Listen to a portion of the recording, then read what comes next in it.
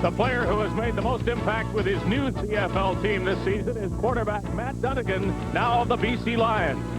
But they have surrounded him with other newcomers, including scatback Anthony Cherry, who scored 2 touchdowns as the Lions opened the season by beating Winnipeg. Tony Martino is replacing kicking legend Louis Pasaglia in Vancouver. He had first-game problems against Winnipeg and came out with a sore foot that could bother him tonight. Jeff Braswell isn't bothered by much. He is the vocal leader of the BC defense, and he likes the fact he's going to be playing against Calgary tonight. They like to run. I'm from the Big 8, and I like to attack. That's the thing about it. I'm glad we got a team that's going to try to run the ball. Then now I can show them how to get down and dirty. And if you can get dirty playing on artificial turf, Jeff Braswell will, the way he plays. Hello again from BC Place Stadium, where we watched the Lions win their league opener by 33 points. Calgary lost by 33, and Neil Lumsden, I think enthusiasm or lack of same had a lot to do with both of those scores. Well, Couhart's had a lot of success last year with a good football team in Calgary because, 1, they executed well, and 2, they had a lot of emotion. They did not have that in Edmonton. He said to us today that Edmonton had a lot more fun last week than we did. Well, fun is winning and executing. They have to put that fun back in the game tonight. The BC fans had fun watching the Lions with Dunnigan, a wide-open offense, and perhaps even more so, they enjoyed watching the defense led by Jeff Braswell as they went to the ball and, of course, kept the Blue Bombers out of the end zone. The Stampeders haven't been there yet this season, haven't got any points at all, and so we watch a Calgary team that must really turn things around quickly in game number 2 against a BC team that would like to be 2-0 atop the Western Division of the CFL. Join us for Calgary against the Lions here at BC Place Stadium. I'm Dave Hodge with Neil Lumsden, and you're watching the Canadian Football Network.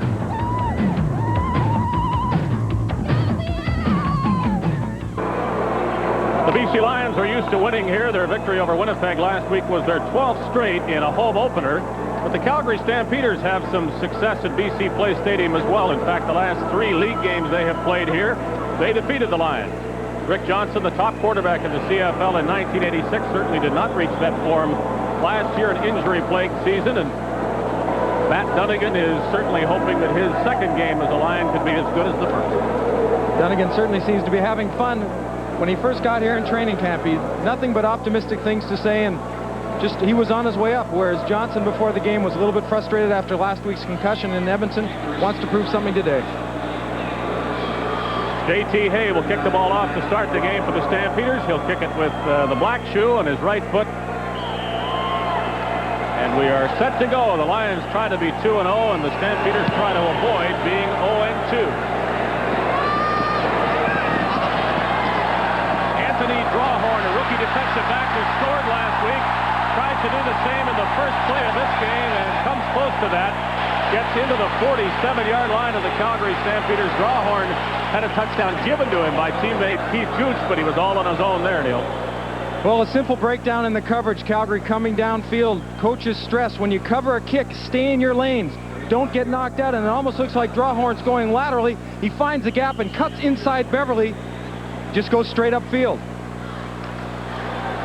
Movement is the byword of this BC offense. They want to be moving sideline to sideline and try to get the defense doing the same thing.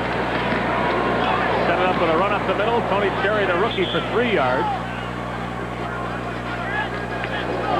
Anthony Drawhorn from Nevada at Las Vegas was a cornerback before he got into Lion country.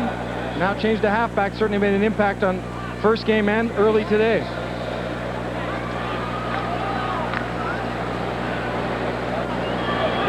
Matt Dunnigan threw for a touchdown, ran for one last week as well.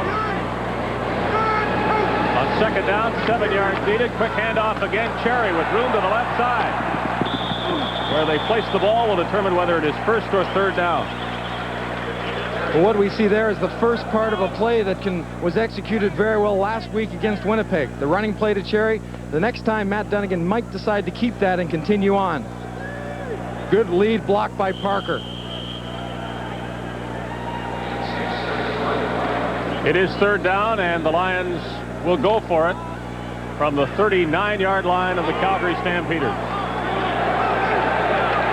Backs in the eye, now they spread. Parker and Cherry behind Dunnigan, who will keep it himself and without trouble get the 1 yard needed for the first down. I would have guessed before this game started, Larry Donovan would have liked to have the ball 30, 35-yard line and hold on to it. His thinking going into the game was, I'd like to score quickly, but use the clock up at the same time. Well, he'd like to score first. There's little doubt that every coach wants to do that. But yes, he'd like to control the ball and establish a few things on the way to that touchdown. Adam Rita, another offensive coach, saw some things in the Calgary defense that they thought they could take advantage of early and do that, get on the board very early. Donovan, again, like we had said, would rather use more the clock up, but still be the first one to get in the end zone. So far, establishing the run seems important for Matt Dunnigan and the Lions, as it was last week against the Winnipeg Blue Bombers. Two wide receivers at the bottom of your screen. That's Sam Moore replacing the injured Byron Williams. Another Williams, Dave on the other side. Dunnigan looks that way.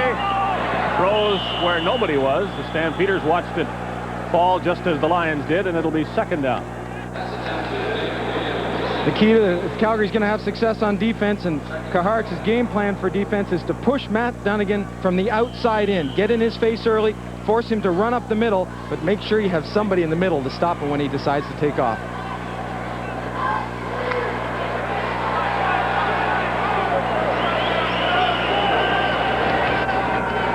Second and 10. Dunnigan lots of time and cutting across the middle. Dan Carinci for the first down catch inside the 20.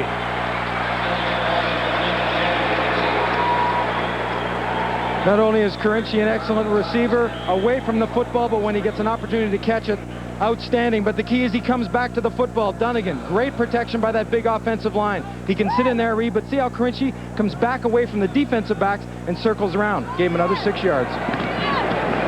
They're working Anthony Cherry, and he breaks 2 tackles and butts inside the 10. He'll be close to a first down. When I asked Larry Donovan yesterday what the best thing was after the game, or what he saw in the game last week against Winnipeg before watching films, was that they were able to run the football and run it early. From the University of Oregon, Anthony Cherry has been the workhorse, and that doesn't mean that the other back doesn't do a lot of things. Anthony Parker has had a good game blocking against Winnipeg, and already tonight he has been evident there. Memphis State University's Anthony Parker is the injured line.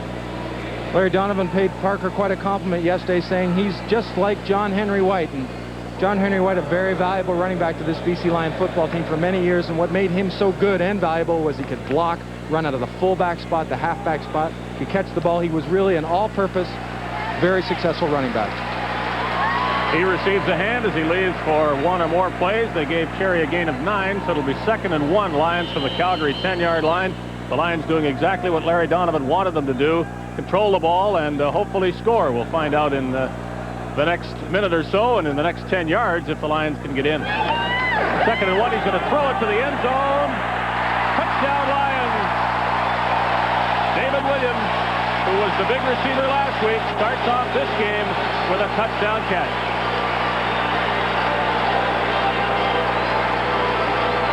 Strictly timing. Matt Dunnigan will go back, but for no one but Williams, and lay it out over the shoulder to the sideline. So the defensive back has to just really come out of his shoes if he's going to knock the ball down. Ron Hopkins was in his hip, but not able to make the play. Good throw and a great catch.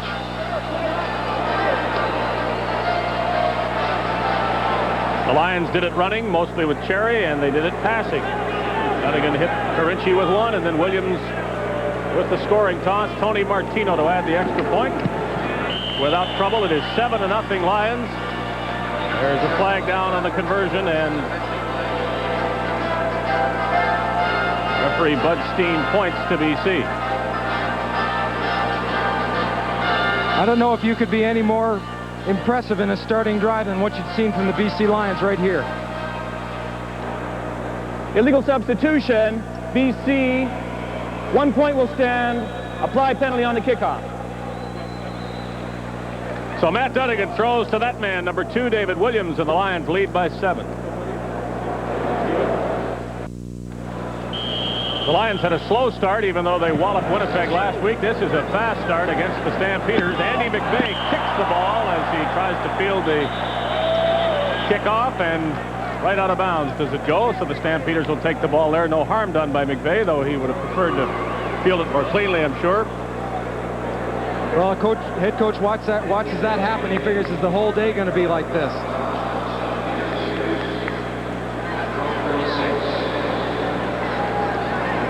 Rick Johnson coming off a concussion early in the game last week against the Eskimos. The 20-second clocks here at the field are out, so the quarterbacks are going to have to get their teams in and out of the huddle quickly and rely on the referee for the count. Johnson with Tim Petros and Gary Allen as running backs. Play action on first down and a pass to a well-covered receiver that doesn't click. He was trying to hit Allen out of the backfield. Kevin Conner right with him. Well, look at that play. Will tell you exactly why play-action passes can be so effective. But that effectiveness will wear off if you don't become successful at throwing the ball or passing the ball. It was thought that the Stampeders would try to probe the inexperienced middle of the Lions' defensive front with running plays, which Winnipeg didn't or couldn't do last week. First down, the Stampeders pass. Now 2nd and 10, and they'll probably pass again. Rolls to the left, throws a nice pass, and completion at the 50-yard line. Out 2 yards short of midfield is the receiver of the first completion by Johnson, and that's Larry Willis, the talkative one. The man they call Slick, who has to go down in an area, find a spot where he can settle down in, and Johnson, who is rolling out, see that little burst of acceleration there is to get the defensive back off. The tackle is made from the halfback that has been below him. Drawhorn comes up and makes the hit, but great pattern by Willis. First down, Stampeders from their 53. Again, it's a pass and a deep one. Tolbert was jostling with Keith Gooch, and neither could get to the football. A lot of contact there. Well, that's the way to play that type of pattern. You certainly don't want to get hung up and stuck behind him. Johnson was very little area to throw the ball to because of the coverage of Gooch. We've seen Johnson fire once to Willis and try that one to Tolbert, and Larry Kuhart says there is a tendency for Johnson to look for his import receivers, his more experienced and fast receivers.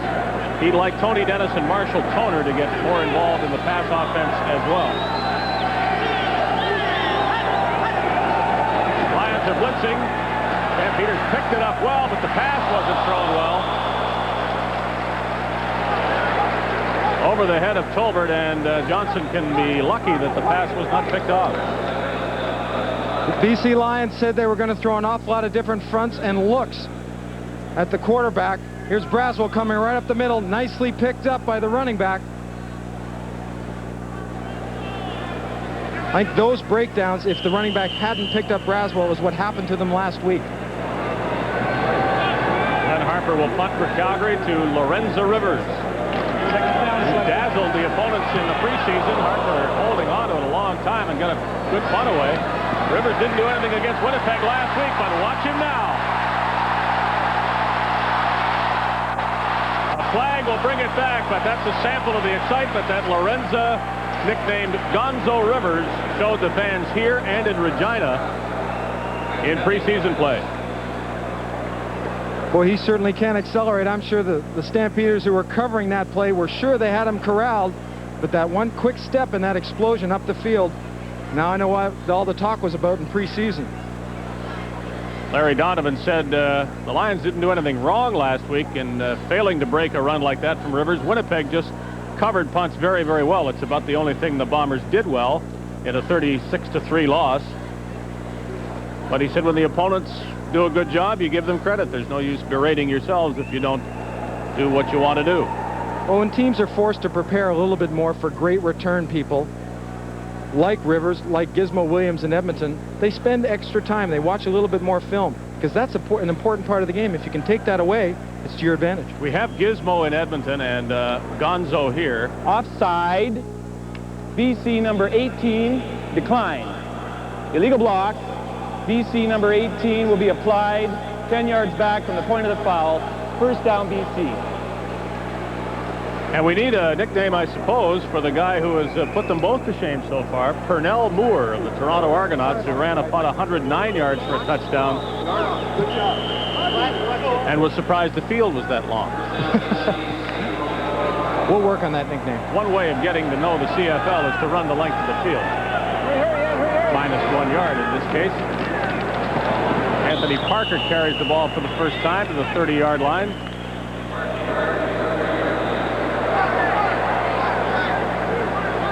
Get a look now at the BC Lion hurry-up offense, something that they practiced during the week and they use for conditioning and to keep the defensive team off guard.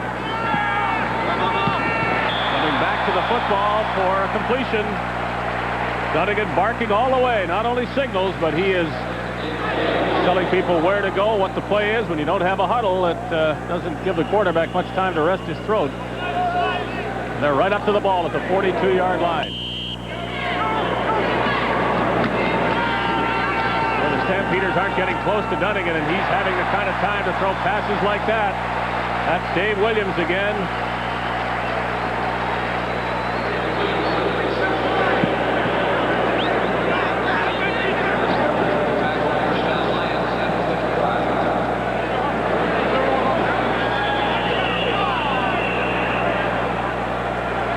Stampeders have an injured player or perhaps a wish for a bit of a delay. I think it's a great move. That hurry-up offense puts an awful lot of pressure on a defensive team.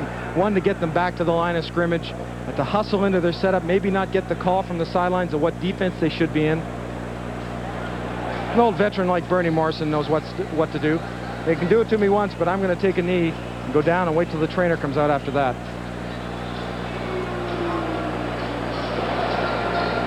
37 Calgary, delay of game.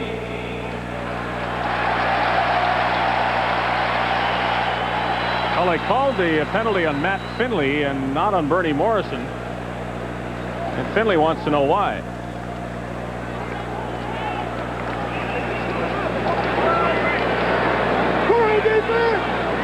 I suppose Morrison would have wanted to know why, too.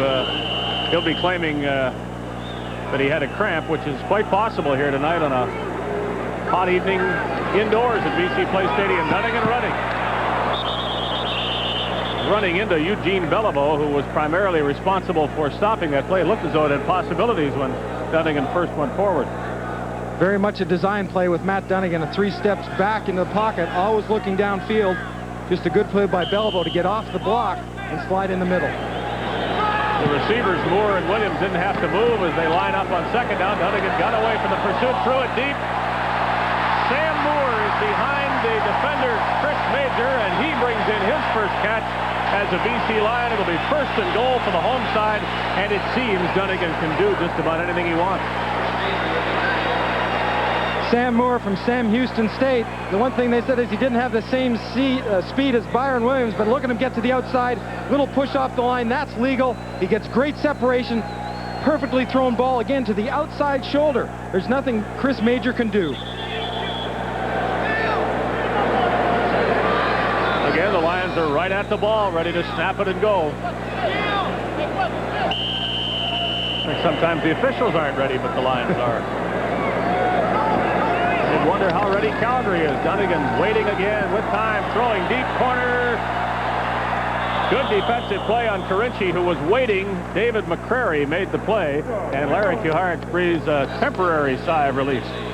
And a big sigh, too. He doesn't want to fall down by 14 points this early in a football game. But Dunnigan has showed he is a take-charge type of quarterback. Second down, it's a pitch left. Cherry looking for a block. Now he has to do it on his own. And cannot. The hit he felt the most was from 93, Kent Warnock. And it'll be a field goal try for the Lions. Kent Warnock, a real surprise this year. He's come into camp. Larry Kuharich says he wished he had everyone with the same type of mean temperament that Warnock's got. Good pursuit coming. He's going to try to cut back, but the flow. Coming to the football, never giving up. You need that type of swarming tackle against the BC Lions.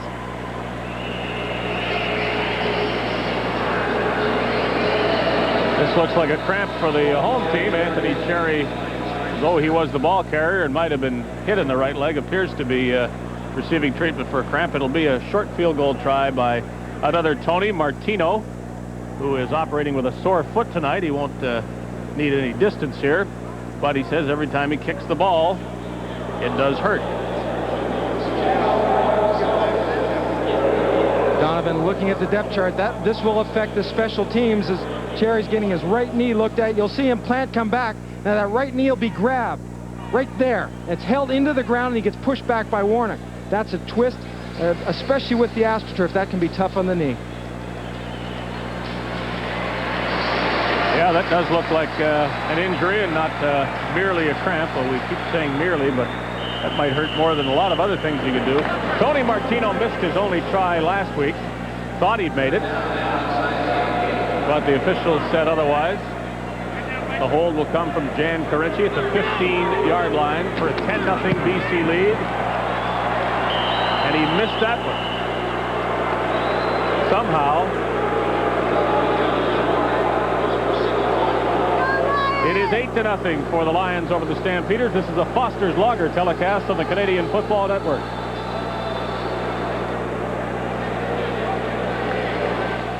You may forever remember Larry Donovan's analysis of Tony Martino's field goal problems. The coach said he misses them.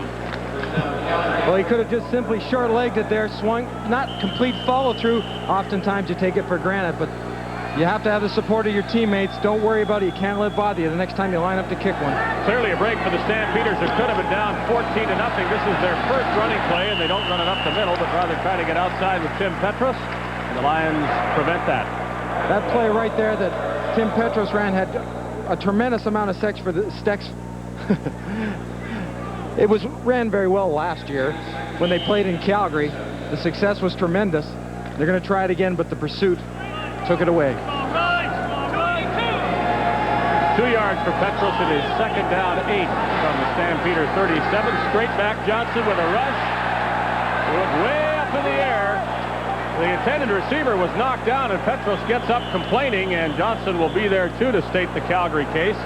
The ball was hanging up there. Petros waiting to catch it, and he was decked before the ball could get to him. And a flag immediately was thrown. The flag will be for interference on Jeff Braswell, the middle linebacker. Johnson trying to set up a screen, never really got a chance to have it set because the rush came in too quickly. Pass interference, BC 44 behind the line of scrimmage. First down.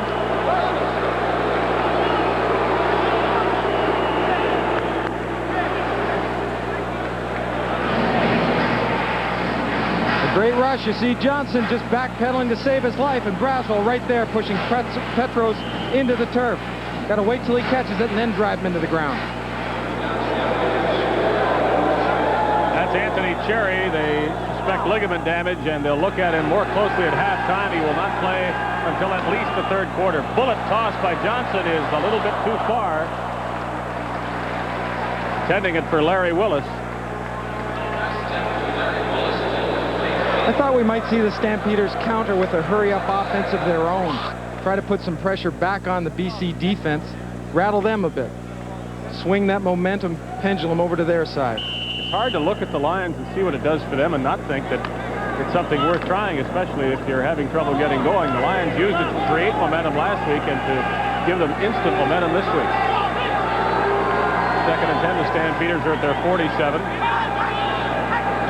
Lions jump, flag comes down. And the Stampeders will undoubtedly take the penalty unless it is determined that they drew the movement from the defensive side of the ball. James Quick Parker a little bit too quick on the outside there.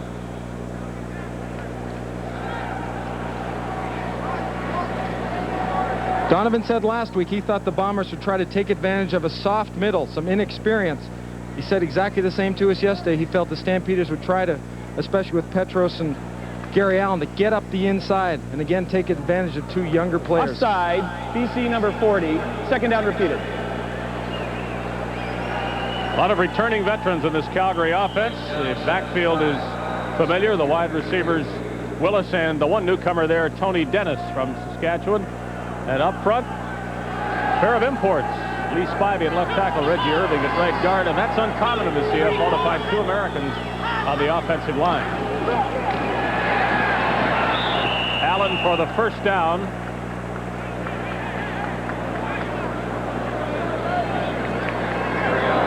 That was the end of a battle between Emmanuel Tolbert and Larry Crawford that began right here. Well, you might as well mix it up downfield. The receivers have to learn that when they're running play, their block could make the difference from a play only going 7 yards and breaking it. There's nothing wrong with that, but I don't think Larry Crawford likes it much. Stampeders are in Lions territory. Johnson threw it too low. Willis, wanting to stay on his feet, might have had a chance if he left his feet to dive for that ball, but instead the ball hit his feet.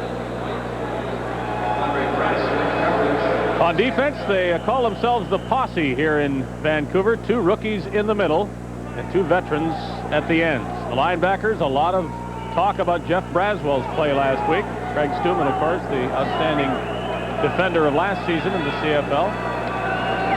Secondary has suffered some losses from last year to this year, but still is strong for the Lions. Good draw call by Rick Johnson to Gary Allen. Close to a first down.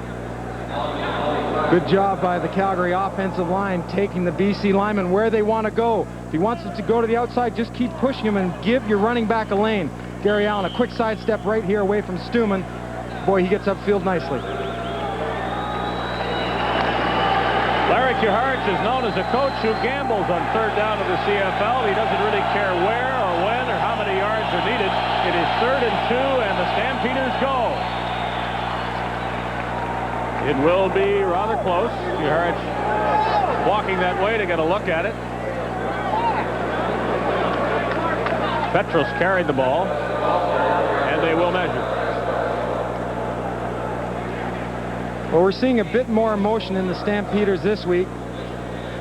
Marshall Toner in that short yardage play, playing a little bit to the outside, could have just gone down in field and stood in front of a defensive back. Instead, he went down and put a shot on Keith Gooch.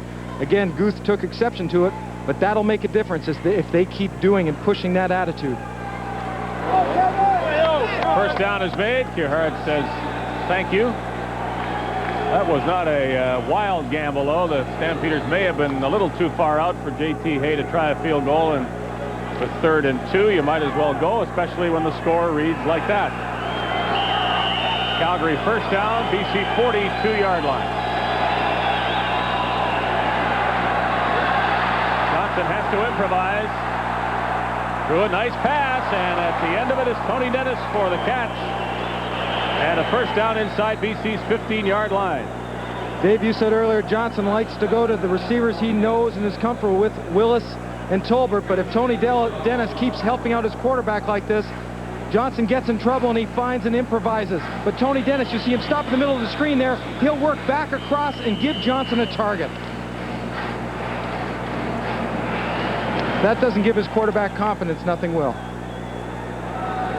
Johnson made that play with confidence. He did not panic when the initial receivers were covered and his time ran out. He made some more time for himself, looked to a secondary receiver, and threw a perfect pass.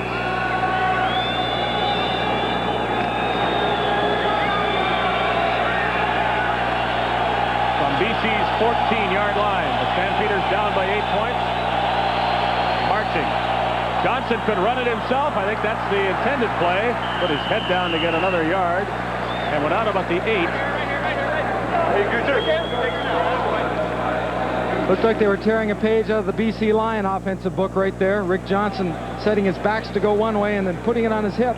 Just waiting that 1 second to see if he could get the BC Lions defense to go to the other side of the field, and took it to the sideline.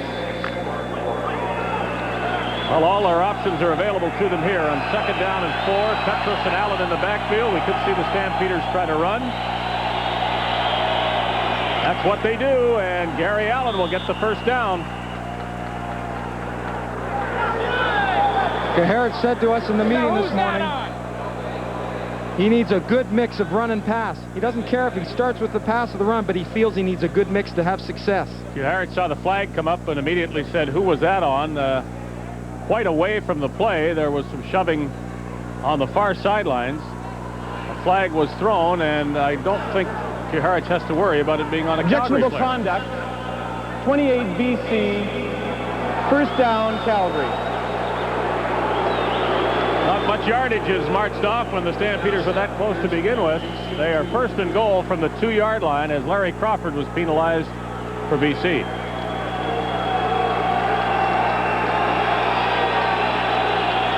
So close, agonizingly close perhaps. Johnson, Allen, and Petros. Allen takes the handoff and busts to the end zone. And the Stampeders, who have been outplayed until this drive, can get within a point by converting the touchdown. Once again, they're mixing it up along the goal line, some pushing and shoving. And I know you don't like to see this, but as a head coach, it is showing something about the players. They're getting involved, a little bit of characters coming out. Led by Petros. Good search by the offensive line. He just leaves the ground, and away he goes. Spallettini leads him in.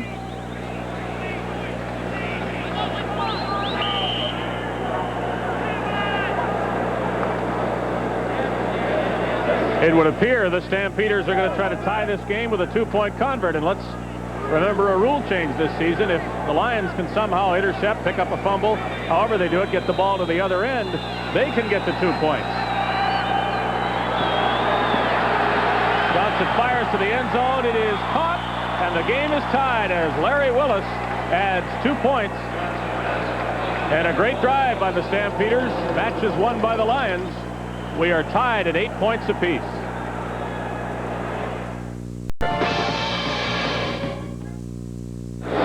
Rick Johnson and assistant coach Fred Biletnikoff as they congratulate him for a touchdown march and a 2-point pass. A good pass by Johnson. He just had to feather it over Larry Crawford, the outstretched fingers. The intensity of a head coach can overflow. It looks like it's working today. Here's the kick return, and that old man Rivers again for the BC Lions to the 44-yard line. We'll see Rivers line up at halfback right now with Cherry's knee wrapped in ice. And then again, maybe we won't as he leaves the field. Oh, he just making sure that he's supposed to line up in Anthony Cherry's spot. We know Cherry won't be there with the ice pack on the knee. He is a versatile player. This is what is known as the restricted import this season in the CFL. Rivers will be playing special teams only, or he can come in for another import, and that's what he's doing now, taking Cherry's place. The ball did come loose, but it's after the whistle. So we make the change on offense for BC and put Rivers beside Anthony Parker in the backfield. And behind Matt Dunnigan, Dave Williams has the touchdown for BC tonight, and Sam Moore helped set up a single. The offensive line, a strength of this Lions team. Dunnigan to Scott Leckie to the Calgary 40. There is a flag.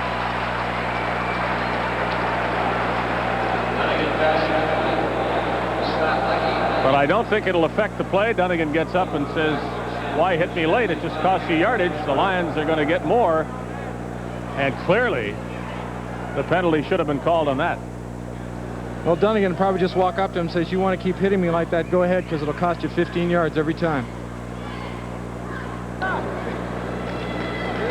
Unnecessary roughness. Calgary, number 38, first down. They used to be teammates in Edmonton, Bruce Green and Matt Dunnigan.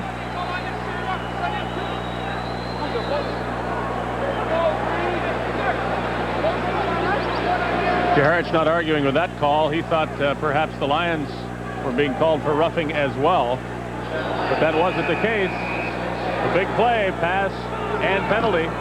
Anthony Parker, nice job waiting for the hole to develop and then running through it to another BC first down. I think you hit it right on the head, Dave, when you said waiting for the hole and the play to develop. Parker doesn't sprint in there like he's on a 100-yard race. Just sort of tiptoes until he finds that area that the offensive line open up for him. But the Lions sprint to the ball, and the next play minus the huddle. Dunnigan just laying it up there and running under it. Similar to the first touchdown, David Williams.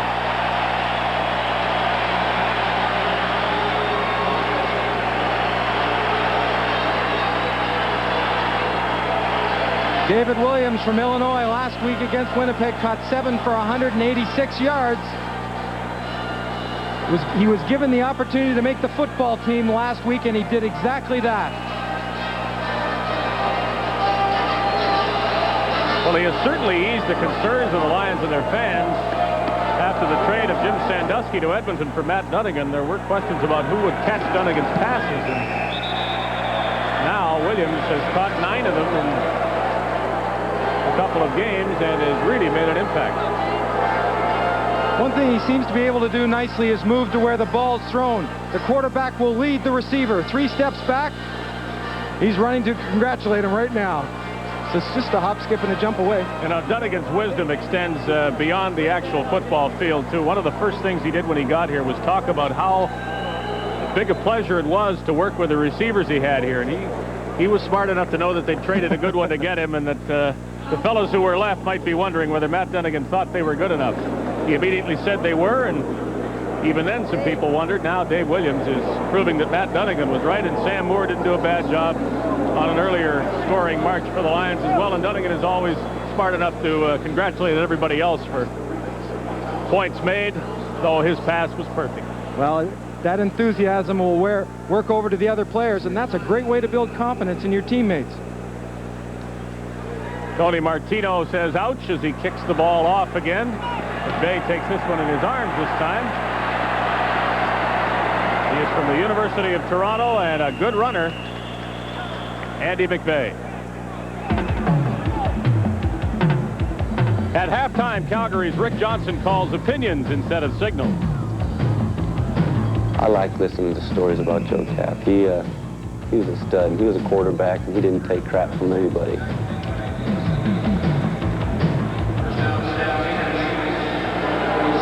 Cap, of course, a Stampeder and a Lion. His name is here at BC Place Stadium beside the number that is retired in his honor, 22. This is 12 for Calgary. Tim Petras being hit by Walter Ballard of the Lions, who lead once more 15-8.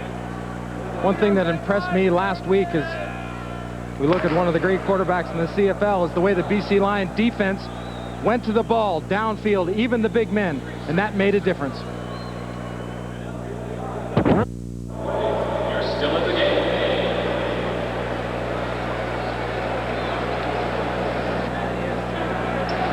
Dave Williams has 2 touchdowns for the Lions on 2 Matt Dunnigan passes. Gary Allen has scored the Calgary touchdown. An interesting first quarter of play.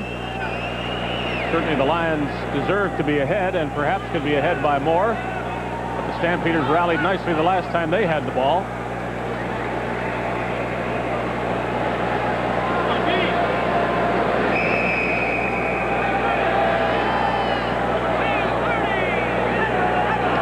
First play of the second quarter.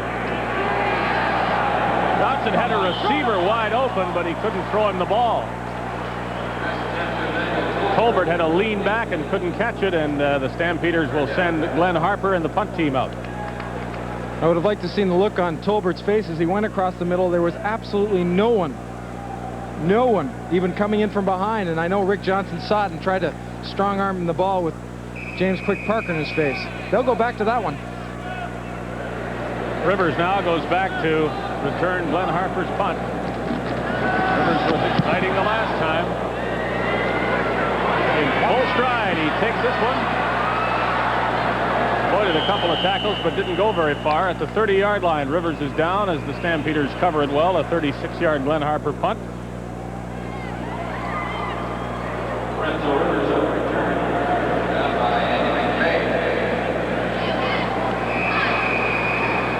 First down, Lions have the ball 30.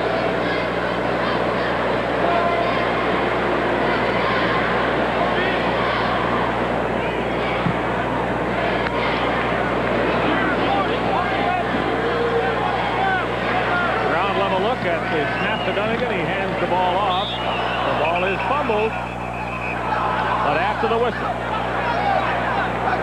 And the Stampeders doff protest, and I guess they're going to give it to them. Initially, the signal was that the whistle had come first, but the Stampeders come up with a football, and maybe it pays to argue. Well, I think the first reaction of the official is the ball went with Rivers up into the right side there. The ball's dropped right now. There it goes out. Not much doubt about that. Bernie Morrison's on it quickly.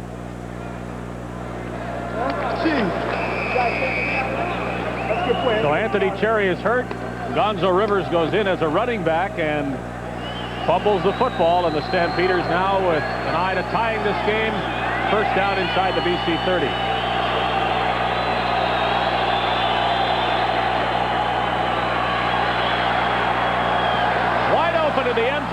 touchdown, Stampeders, Emmanuel Tolbert, and another great pass by Johnson. It went a long way, and as soon as he threw it, you knew it was going to be close. And as soon as Tolbert was clear, it was going to be a touchdown.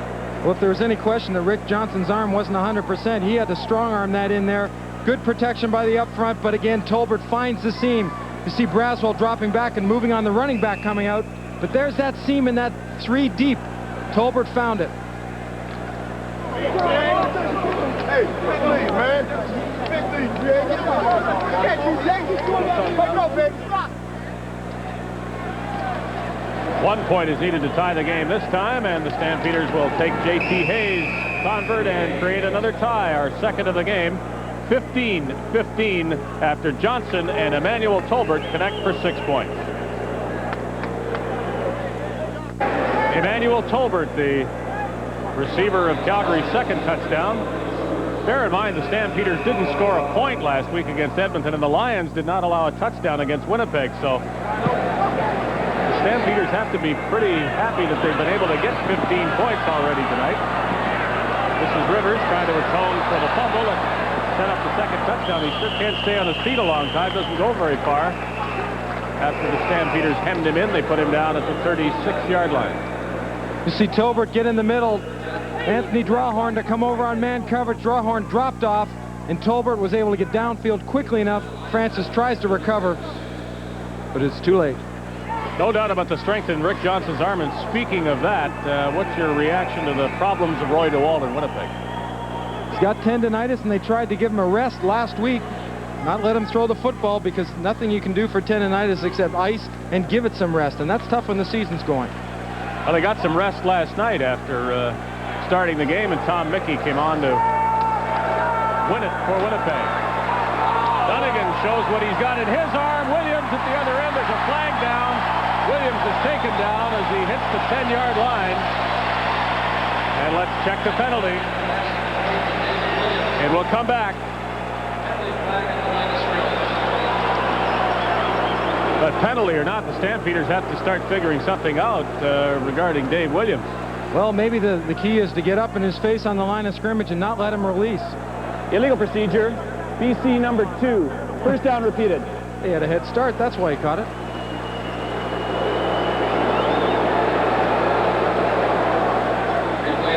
Williams, 6'3", 190 pounds. You can't let him stretch it out. Dunnigan saw the rush and made some yardage out of a play that wasn't going very far if that rush had been able to get to him while he attempted to pass. Larry Donovan says what he wants out of his offense this year is lateral movement. He wants to wear down the defense. Sprint outs, sweeps, and then back up the middle. Dunnigan stays right in the pocket, hits Carinci, and the hit is made just as he was turning to go to the first down. I think he's a bit short. Well, you can bet Carinci had made his cut, watching where he thought the first down was. Having to come back to catch the ball might have made a difference a bit, but a veteran receiver like that knows where that first down marker is and usually goes just a little bit past it just to make sure. Lions appear set to pass more now that Cherry is out of the game, and Rivers had a problem trying to run the last time. It is a first down on the pass to Carinci. I think they got a pretty good spot on that ball. He was barely over the 45 when the hit was made. He didn't go past that, but they put the ball down ahead of the 46, and it is a first down. BC again, straight to the ball go the Lions.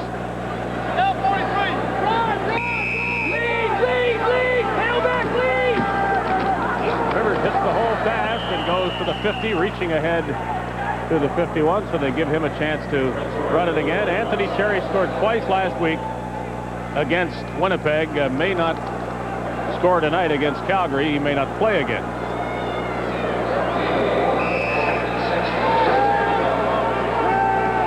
Rivers got 4 at 2nd and 6 Lions. Dunnigan will get to 6. Out of bounds in Calgary territory at the 50-yard line.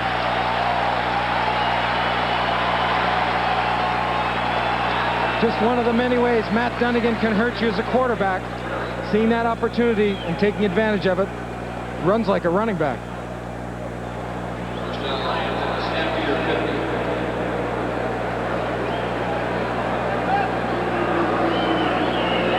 Stampeders' Bruce Green is down on 2 knees, and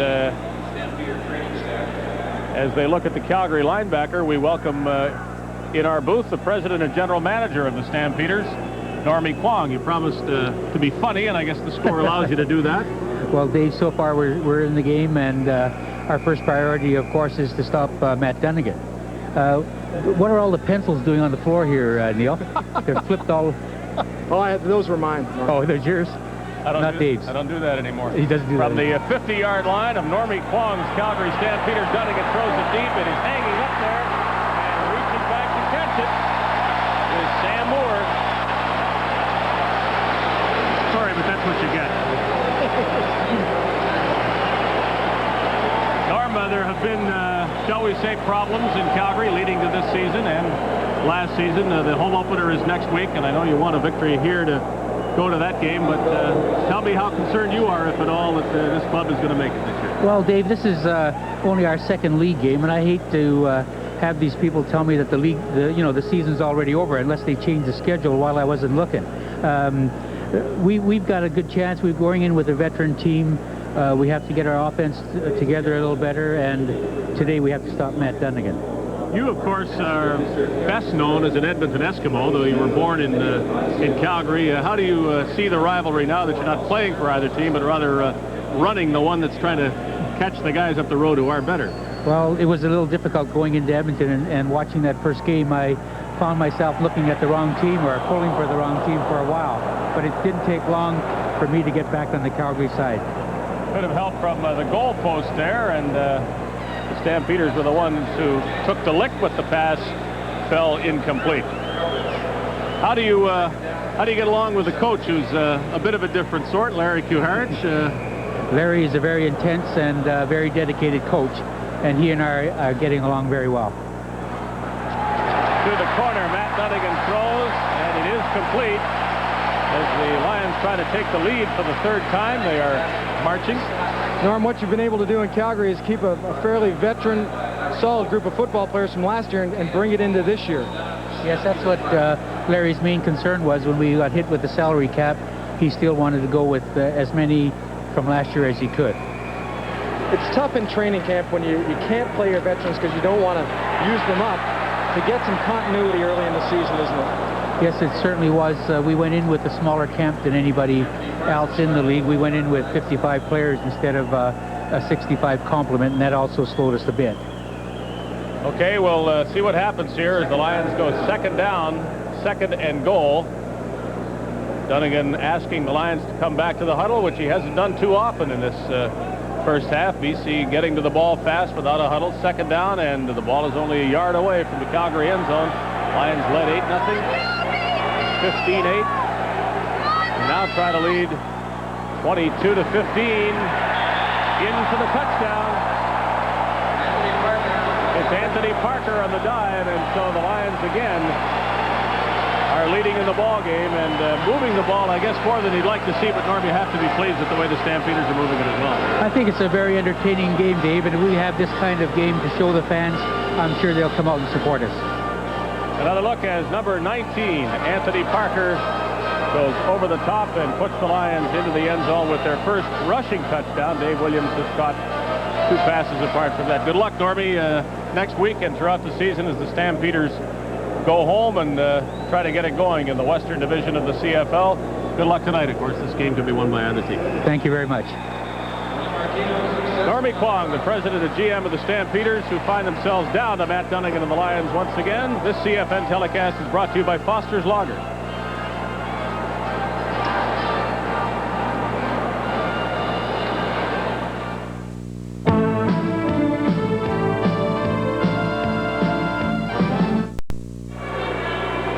We have 10 minutes left in the second quarter, and already 37 points have been scored in this game.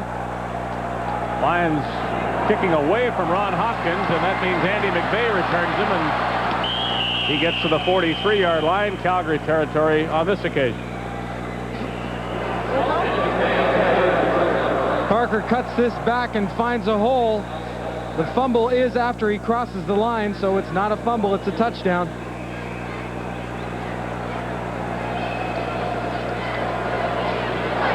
All that time he's holding his breath.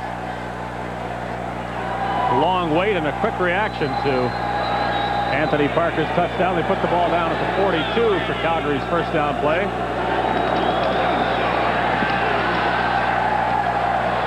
Johnson across the middle of Marshall Toner, and the Lions aren't getting much of a pass rush on Johnson. The same could be said for the Stampeders and Dunnigan, but that is helping to create this high-scoring first half. Well, both quarterbacks, Dunnigan and Johnson, are good friends, and they react very similarly to the way the game's going. Johnson gets things fired up when he's got that arm working, his receivers working to get open. He's very cocky, but that comes out in the way he plays, and usually he's successful when he's like that. Lions got a couple of sacks last week, but otherwise this defense is not getting to the quarterback like some BC defenses in the past.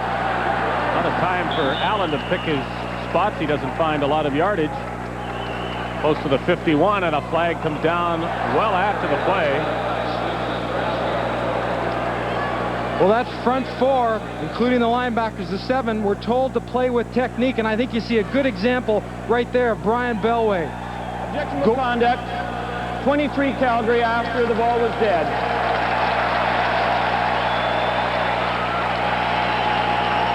Carrying on with that technique aspect, they can't be caught as young as they are looking into the backfield and seeing what the running back's doing. Play the offensive lineman, grab him, then shake him off when you see the back go by. That's not a penalty that helps the Stampeders, of course. Gary Allen, his conduct was found objectionable by the officials, and so take the ball back, put it at the Calgary 49, and make it second down and long yardage for the Stampeders. This time there's some pressure to Johnson. He throws it deep, too far, and it'll be third down. Makes a difference when you hurry the quarterback. Well, a fairly safe throw. I think he knew the only one that was going to catch it was his receiver, if that was even possible. Rick Johnson, you see in his left arm there, that play selection, a group of plays that he can refer to if he gets stuck. Unlike a lot of teams in the CFL, Rick Johnson has free call, whatever he wants to call in the huddle. Harper to punt on one bounce. He takes the snap and line drives it to Lorenzo Rivers. Clipped right at the start of the play. And so Rivers' run is wiped out by a penalty.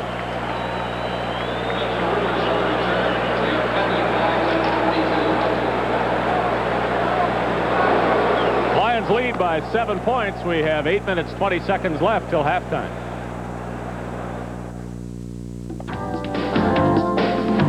Hi, I'm Tom Richards of the Edmonton Eskimos. Join me Wednesday on the Canadian Football Network. Tom Richards is one of the Edmonton receivers who catches the passes of quarterback Tracy Ham, subbing for the injured Damon Allen. The Ottawa Rough Riders at Lansdowne Park are badly in need of a victory after dropping their first 2 starts of the 1988 CFL season. The Edmonton Eskimos and the Ottawa Rough Riders on the Canadian Football Network, Wednesday, July 27th. Join us.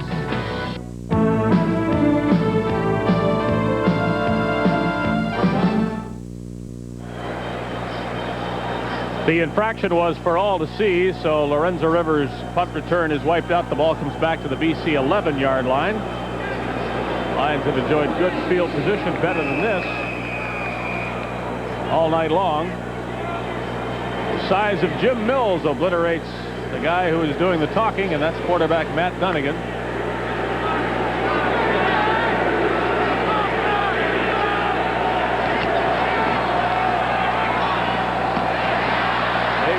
Cut to the inside and goes to the 20-yard line, maybe the 21, close to a first down.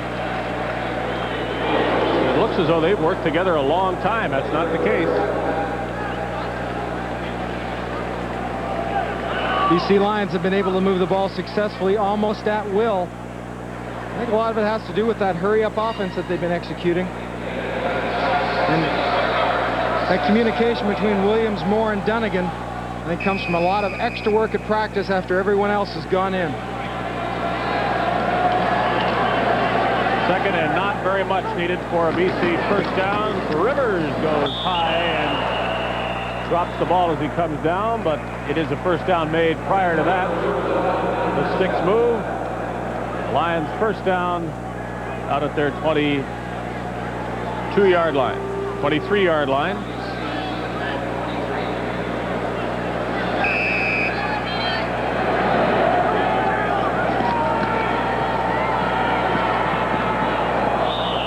too low for Jan Carinci. Dave Williams complaining about the treatment he received.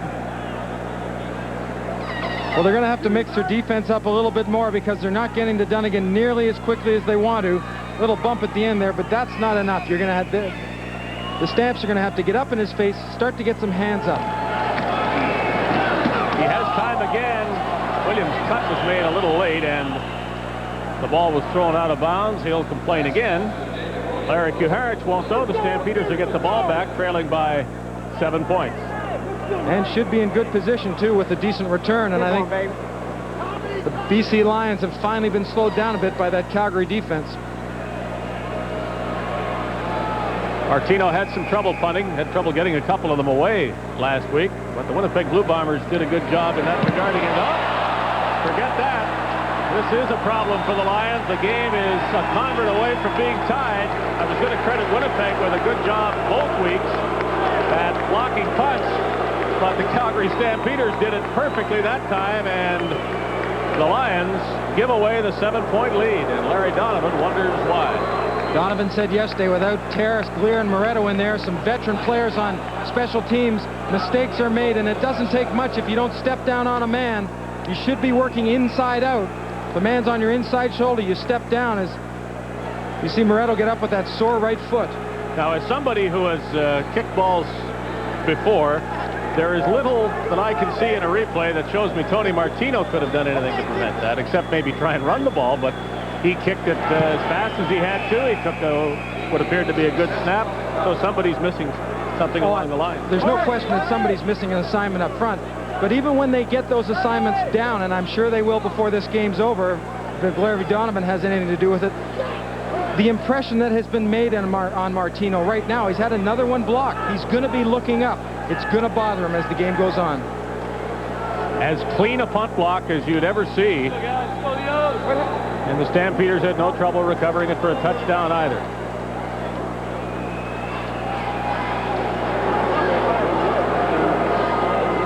So it's been a problem in both games for the BC Lions.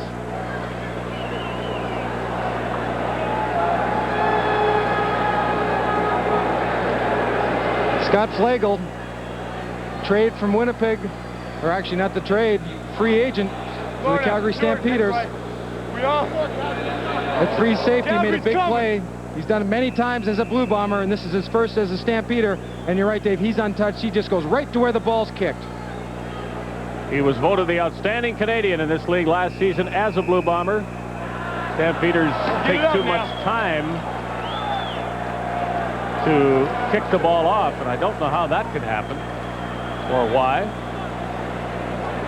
It must be said that Scott Flagel has not yet, until this very moment perhaps, had the impact on the Stampeders that he did on the Winnipeg Blue Bombers, and they've been waiting for him to flash that all-league form as a defensive back. They don't mind a bit that he did it as a member of a special team. No, but that safety position is very important in a defense. As a young kicker will think maybe a little bit more the next time he lines up to receive the snap from center. Well, Haig at good distance after the penalty drove Rivers back to his 25, where the little guy can run. Another flag is down.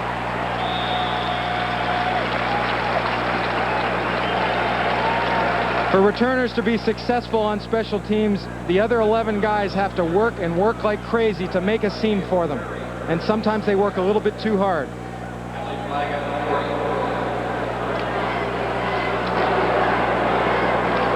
Illegal block. BC number 27.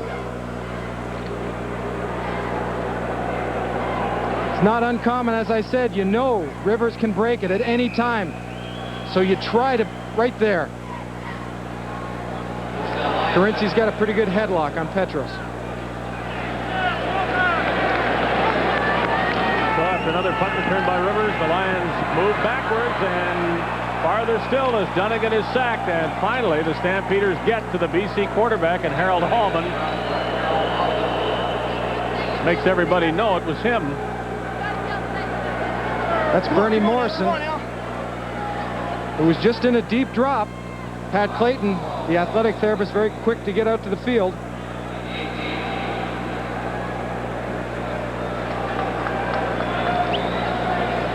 He went down in a hurry and was in obvious pain right from the beginning. Up front, the guys who got to Dunnigan on this play, and right behind them in the middle, the man who is injured right now, that's the veteran middle linebacker Bernie Morrison. In the secondary for Calgary, Dave McCrary, formerly a cornerback, now a safety on the right side, and Scott Flegel, a man who blocked the punt, is the free safety. Good look, straight back pressure. They forced Dunnigan out, but there's the outside man working like a unit.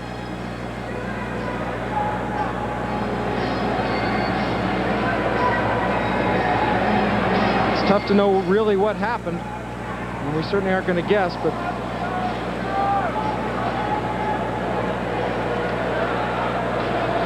we like to regularly show you the coaching staff beyond the head coach, whom we see often on the sidelines. For the BC Lions, the assistant coaches look like a bunch of guys who used to coach in Calgary, came to watch their old team, but they're here to beat their old team. Bob Vespasiani, of course, the previous head coach. Prior to Larry Kuharich, Ron Smeltzer, Steve Barato.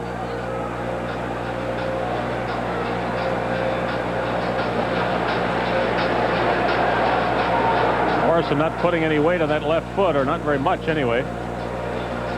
You see once again so many players are going to that high cut or high top basketball shoe and quite willing to put aside the old AstroTurf shoe. Well, we'll check on the condition of Bernie Morrison, obviously a key member of that Calgary defense. Matt Finley will move into the middle to take his place and still have Jeffers and Green on the outside. Otherwise, it was a good play for Calgary. They sacked Dunnigan and made second down very long, and the Lions won't get much of it back. On a short pass on second down, well covered was Rivers after he made the catch. I'm wondering how tired Rivers is going to be in the end of the third quarter. It's getting warmer in here. All the special teamwork he receives, and of course, now being at the running back spot for Anthony Cherry, and what kind of toll it will take. The appearance of Tony Martino and the rest of the punt team, we should add, brings a few boos from the fans who are anxious to see what happens this time. Martino got it away, but it's not a good punt. Stampeders will take over the ball in BC territory. Calgary has not led in this game, but here's a chance for the Stampeders to go in front for the first time. Martino limping off. The Stampeders have 11 men up. The BC Lions chose to put 4 back in front, 4 personal protectors. But that goes to show you right there, you block it once, you don't have to block it the second time to affect the kicker. Here's the Stampeders with a bit of hurry up on their own. They came out of the huddle fast, and the Lions weren't quite ready. Now they are. Johnson at the line of scrimmage. Marking signals, hands the ball to Allen, who tries to get outside, now cuts it up and gets 4 yards to the 46. Gary Allen falling around the corner. A new guard, Reggie Irving, is out of the game, and Rob Smith is replacing him at right guard. Second down, 6 for the Stampeders as they continue to look at the left foot of Bernie Morrison.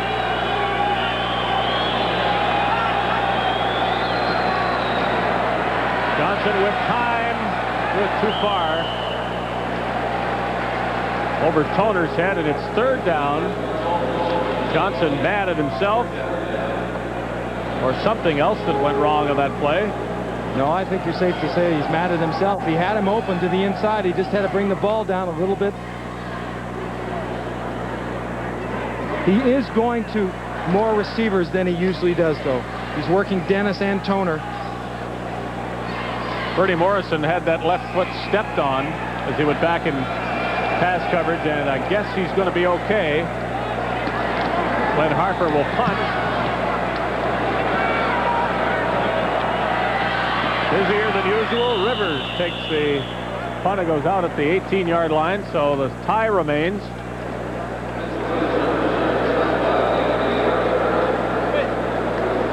Pat Clayton, bag of ice, will wrap it with a tensor bandage. They already cut the tape off it, so you'd have to assume he won't be back at least for this quarter.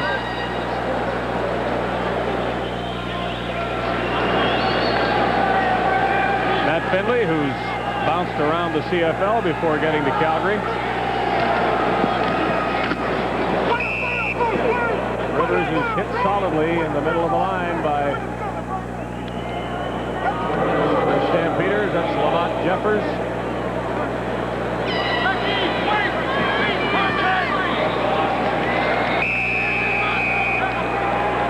Four minutes to go, tie game in the second quarter.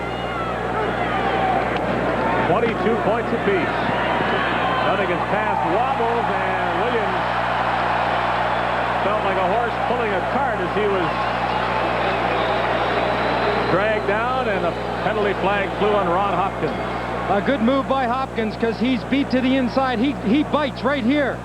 Whoop! You better hang on, because he could catch it. That pass is caught and gone if he doesn't hold on.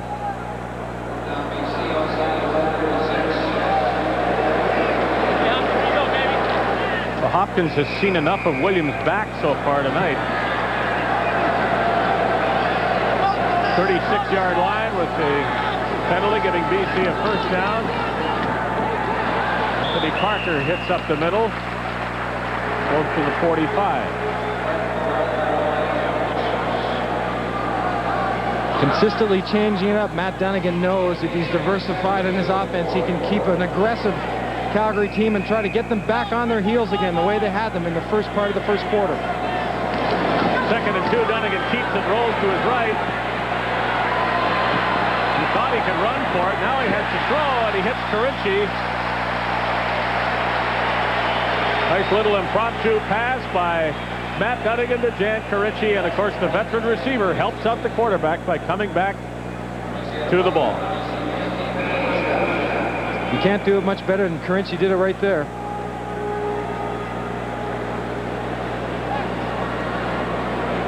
Big Kent Warnock.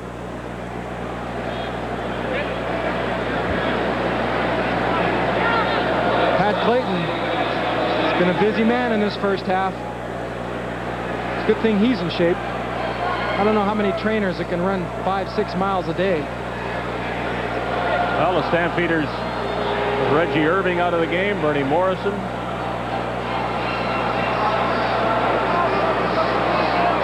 Dunnigan trying to get to the outside. To do that, you have to seal the outside. Great athletic play here by Quincy Williams. Right here, watch this, just hop over the big guy. That throws Dunnigan off because he's in his face. And you see Carinci come back to the sidelines. That's how to turn a play that could have been just average or maybe a loss into a plus. And then coming back, of course, he kept getting closer to those sidelines. Had to be sure that he had the foot in bounds after he made the catch. From the BC 50-yard line, first down Lions, 3 minutes to go in the first half.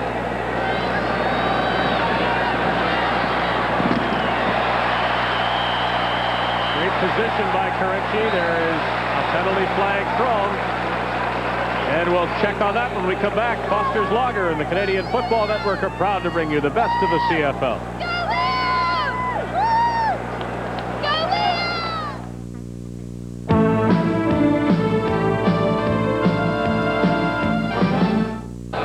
The penalty was against Calgary's Matt Finley for roughing, and so the Lions now have the ball at the Calgary 31-yard line. Just under 3 minutes to play in this second quarter.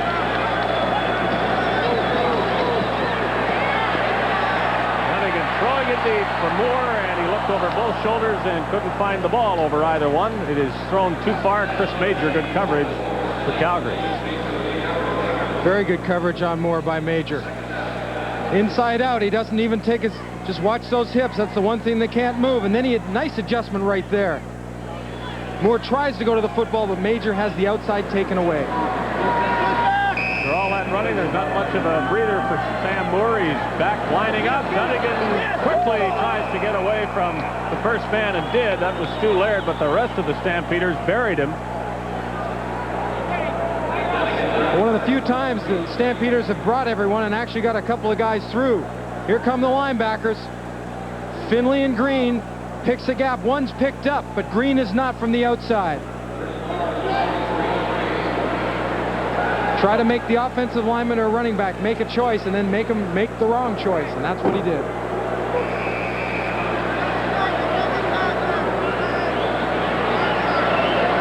Martino with another punting adventure for the Lions. That's a nice high punt into the end zone. The Stampeders will be wise to give a point. And they do, and the Lions go back in front again. And the fans are happier with the work of the BC punt team. Well, that's to make the young fellow feel awfully good. Not only did he get good contact and make a nice punt, get a single point out of it, but the front 11 did their jobs, and that has to give him some more confidence.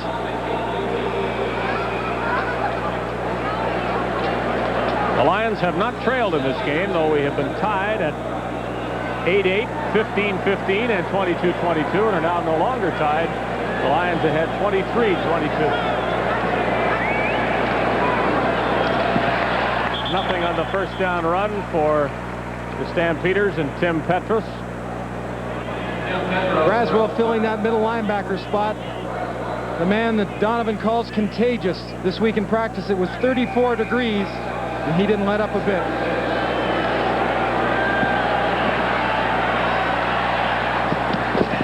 Johnson. You saw that he wanted to throw to Willis all the way on that one and waited till he got to the sidelines and the pass became a bit safer. Still had to throw a nice accurate pass to make the completion and get the first down. In that hurry-up offense, 2 minutes and 12 seconds left in the second quarter. Stampeders would like to get down and preferably get a touchdown, I'm sure.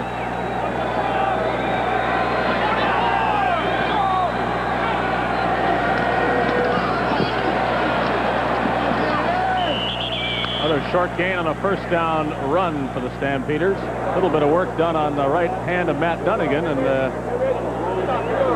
suppose we should make sure that's not serious. The Lions certainly will.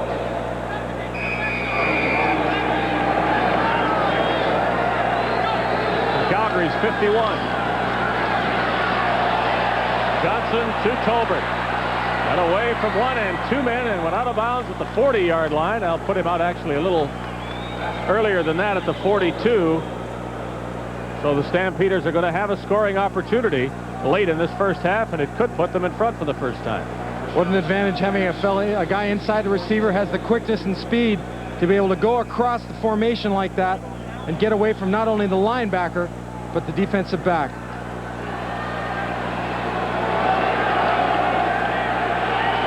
Johnson is getting the time to throw the ball.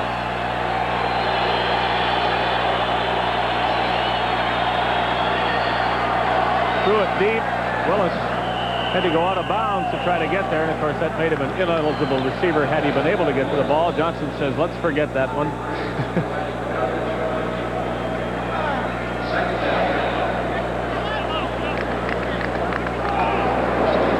Remember, stay with us at halftime. A look at Rick Johnson, the actor, as well as Rick Johnson, the football quarterback. He talks at some length about his aspirations on stage following his career on the field. And says, if those other guys in Hollywood can do it, why not me?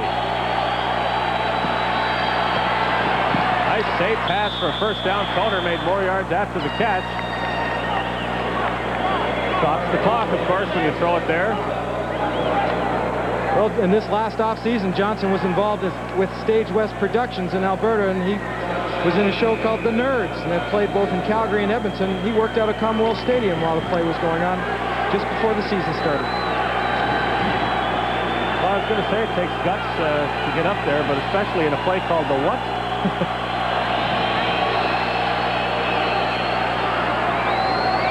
Tolbert can't get there. Johnson's almost got too much power in that arm at times tonight. Earlier on in his career, he was criticized once in a while that when he throws the short ball to his backs or the inside receivers that there was just too much zip. He's a big, strong guy. He seemed to grip that ball like I grip a tennis ball. But as his career's progressed, he's got a nice touch on his football. Well, the passes aren't usually dangerous when they're thrown that way. If they're over the head of the intended receiver, they're generally over the head of the defender as well. So a big play now. 2nd and 10 from the 30. All sorts of movement on both sides, and they'll let the officials figure out who was at fault. No infraction on that play. Which really is the same thing as saying there was no play.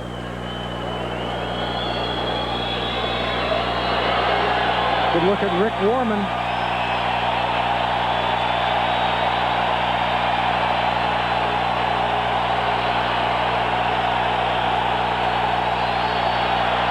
So this is the play that we waited for the last time. 2nd down 10.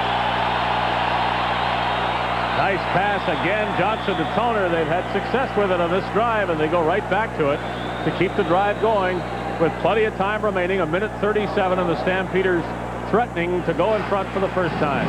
Calgary's having good success taking their wide receiver on the outside, running him down the field, and clearing that underneath area where Drawhorn's trying to cover Toner.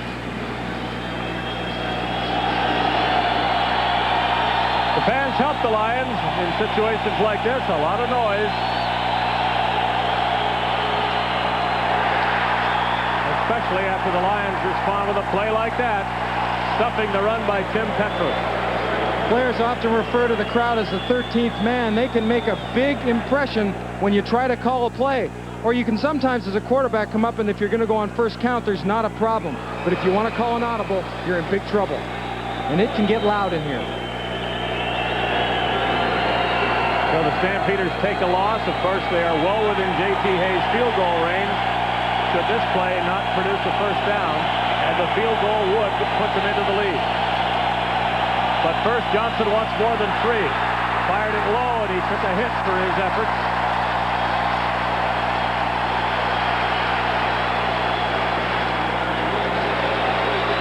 Number 79, Walter Ballard from the backside. He gets free, makes a nice move. Working one-on-one. You see that little move to the inside. The tackle steps down, leaves Spivey, and he just goes back out and just gets to Johnson in time, enough to force the ball into the ground. Tony Martino missed an easy one in the first quarter from 15 yards. And if J.T. Hay can now make one from 27, the Stampeders will lead strictly because of those 2 field goals. Flag is down. Hayes' kick is good.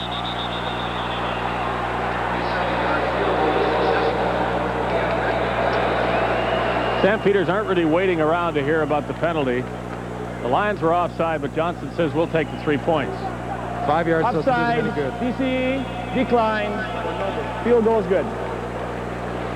So for the first time in the ball game, the Stampeders, the visitors, are the leaders. 25-23 for Calgary. I would say that that drive was successful in a number of ways. That they were able to execute some plays that we hadn't seen in the first part, with the inside receivers working to the out and the outside fellows going deep. And I think Larry Donovan and the coaching staff are going to make some adjustments, as it looks like the Stampeders have made as the game has progressed. Well, early in the first quarter, this game was almost 14-0 for BC. The Lions scored and then were right down and looking to go in for another major and wound up with only a single. From that point to this one, where the Stampeders are ahead, Calgary has to be very happy with what has occurred. Well, there's 2 reactions as a player. One, you throw your hands up and go, here we go again. We're going to get shut out.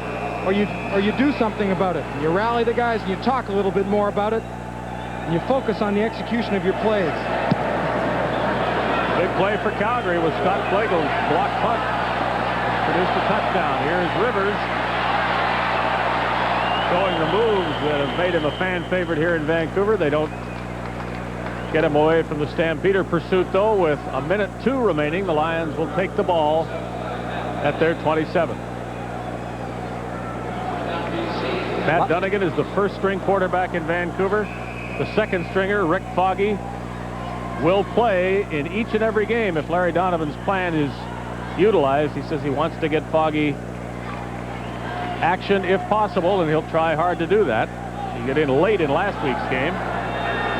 No sign of him yet, of course, tonight, with the game very close. Dunnigan has it in his hip. Now puts it into the hands of Lorenzo Rivers. He's tough to catch, but also it seems tough to bring down when you do catch him.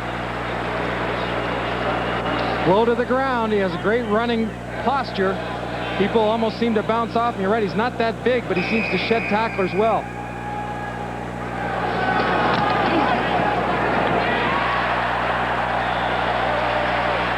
Dunnigan hits Scott Leckie as they take Anthony Cherry to the dressing room a bit early.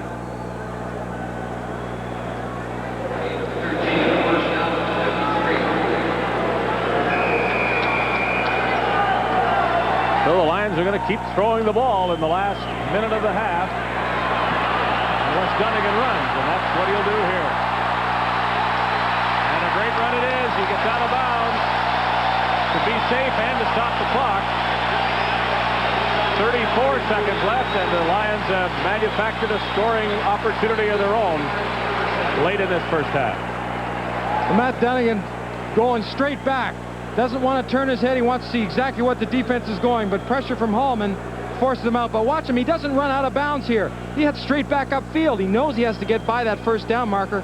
Now he knows he has to stop the clock. I dare say we've seen more entertainment in this 30 minutes of football than in any 60-minute game that you'd want to talk about prior to this in this CFL season. There have been runaway victories in 4 of 6 other games, and the other 2 weren't really close enough or exciting enough to complement at length, but this has been quite a first half. Well, as we know, with the heat inside this stadium comes cramps, and I think we're seeing one of the first. Eugene Beliveau. It's a hot one, and it's not really to anyone's advantage in here when it gets warm, because the Lions don't practice here.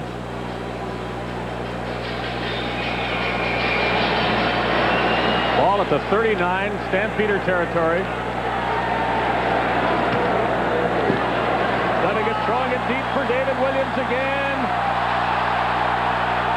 No contact, no flag, as there was contact, but I think a good no call by the officials.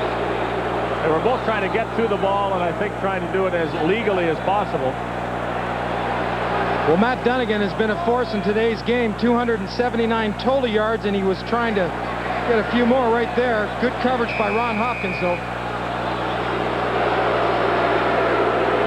He's got almost 300 total yards passing and running in this game as Matt Dunnigan down the sideline with room. Scott Leckie, and you can see there's still time for the Lions.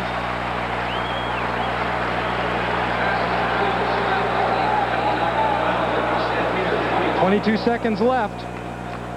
And you bet all the players on the offensive team and on the defensive side of the ball are aware of the clock. Now, you think Tony Martino wants him to score a touchdown or come up short and have him go on for a field goal? Good meeting at the football between receiver and defender. And Hopkins did a good job on Williams that time. Well, giving Williams some room. He has to be very careful. We've seen Williams go down once today, give that little duke inside, and then spin back to the outside. But Hopkins made sure the ball was in the air before he closed the distance.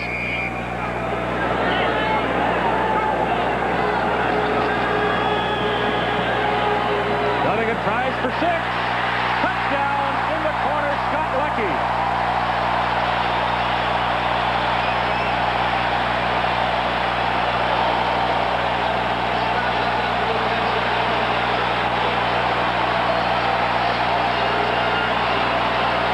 I think what we have to do is give credit to the front 5, the big hogs as they're called. Mills, Roper, Sinclair, Jamie Bewis, and Leo Blanchard. Good job of protection and giving Dunnigan a movable pocket back there, and then he just feathers it into Scott Leckie. I don't know what Larry Hogue thought, that the ball wasn't going to get that far, but he seemed to wait for it about 4 yards in front of Leckie, and that was clearly not the place to be. And that injury to Dunnigan's hand certainly hasn't affected him a lot. Well, Martino makes a convert tough, but he got it through, and the BC Lions have reached the 30-point mark in the first half, and Dunnigan is over 300 total yards already. Hey,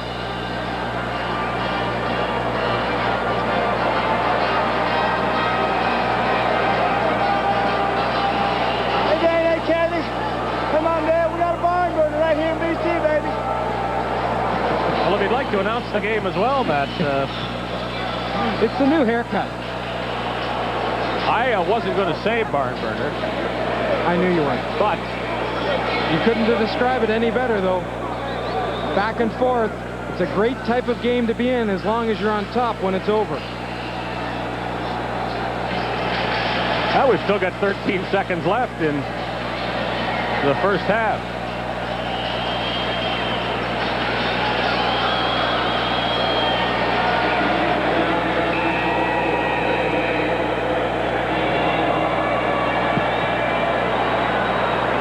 Soccer from Tony Martino now. That ball is, of course, free to either team. Now suddenly Andy McVeigh picks it up and finds room and almost runs through Martino. Carinci was there to make the actual tackle.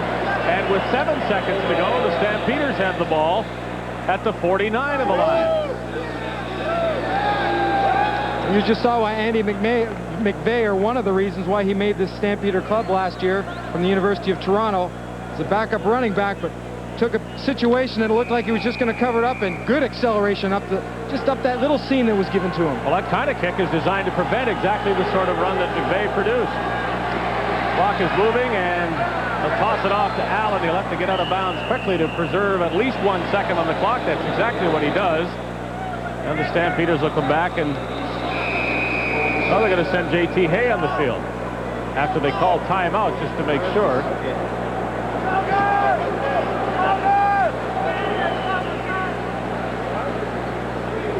It's going to be a long field goal try by Hay. Well, there haven't been too many kickers that have come into the CFL that have had the success of this man, both in percentage and the way he's been off the field, and the community in Calgary very involved.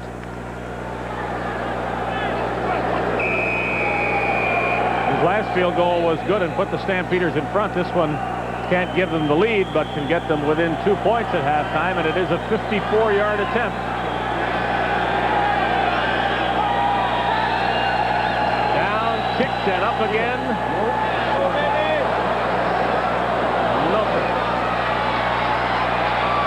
Larry Crawford has a chance to put a bit more excitement into this first half. He goes down, and the Lions go to the dressing room with the lead that they have had most of the way in the first half. The score now reads 30-25 for the Lions.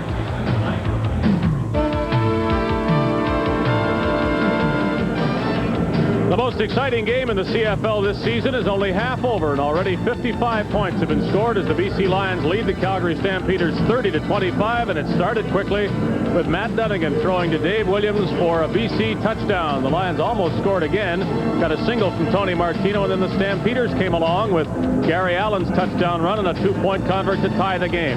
Before the first quarter ended, Dunnigan and Williams went to work again, and BC took a 15-8 lead to the second quarter. Then after a Lorenzo Rivers fumble, Emmanuel Tolbert caught a touchdown pass from Rick Johnson, and the game was tied for the second time. The Lions marched 74 yards to a touchdown by Anthony Parker, and they led for the third time, but then the score was tied once again. Chris Major recovering a blocked punt, the punt blocked by Scott Flagel. BC led by a point on a Tony Martino single, and J.T. Hay gave Calgary its only lead of the game. With a field goal, the Lions came and took it away from the Stampeders again as Scott Leckie caught Matt Dunnigan's touchdown pass. It is BC by 5 over Calgary. Many quarterbacks have been described as having actors' good looks, and Rick Johnson of Calgary is using them. And sometimes it goes to your head and you start actually believing what people tell you, how great you are, which is never true. You're never as bad as they say you are. You're never as good as they say you are. You know, I love to act. I really enjoy it, and that's what I'm going to be doing hopefully for the rest of my life after football's over. Yeah, I'm definitely a loner. I'd need my time to be alone, probably because, you know, I change moods so often.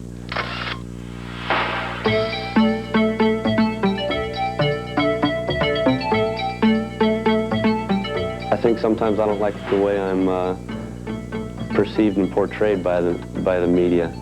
They tend to, some specific sports writers tend to develop opinions and state those opinions as facts, and people adopt those. And you're looked at and you get a certain image and a reputation that might not necessarily be true. I know I'm trying to shake a reputation that I had developed in '86, but at the time I really didn't mind. I knew it wasn't me, but I didn't mind it. And you know, I'm fighting like a dog to shake that reputation now, and it's real tough. Well, there's a few different reasons that I've kind of pulled back. You know, one of them is I used to feel that the more you can do in the community, the more your face gets around, that the more people will come to see the football games. And that's true in a lot of ways. I mean, you know, the fans have to identify with the players in the CFL more than they're doing now, and the players, you know, it's up to the management to keep the players in one spot more than, you know, just one season or a few games. But I've more or less adopted an attitude now that the best way to go about getting people in the stands is to win some football games. One of the main teams to lose to would be Edmonton. If you lose to Edmonton, forget it. I mean, take the Calgary Flames, hottest team in the NHL, the best team in the NHL in '87, '88.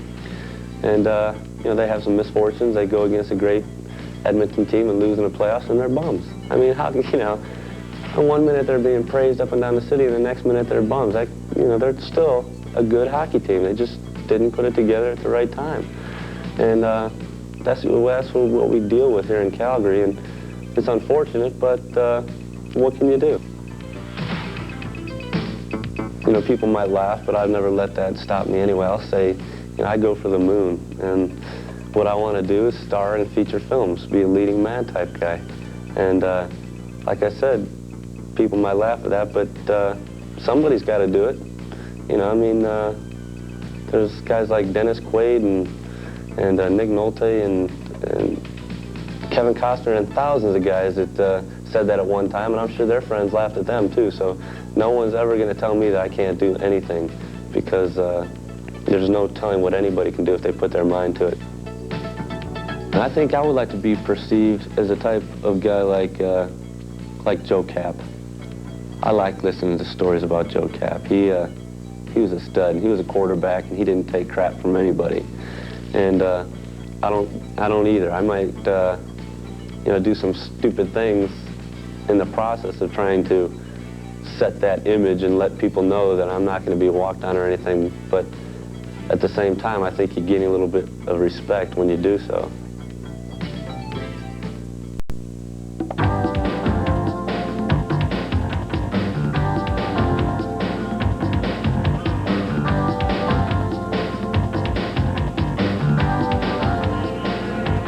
We've got enough scoring for a whole game and half a game so far as the BC Lions lead the Calgary Stampeders 30-25.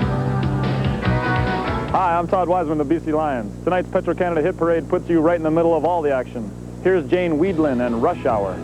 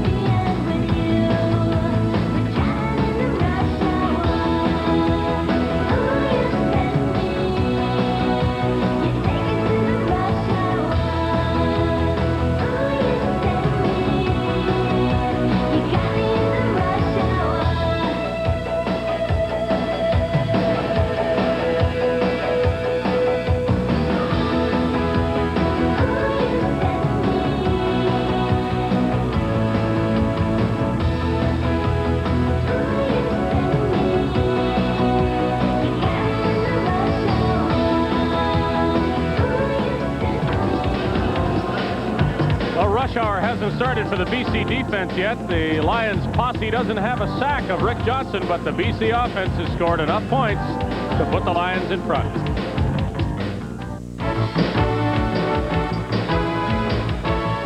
Beautiful day in Vancouver, sunny and warm, and it's still warm at night under the dome. And the action is that way too, as the Lions have outscored Calgary 30-25. The score that put the Lions in front at the intermission, a pass from Matt Dunnigan to Scott Leckie of 21 yards in the final minute.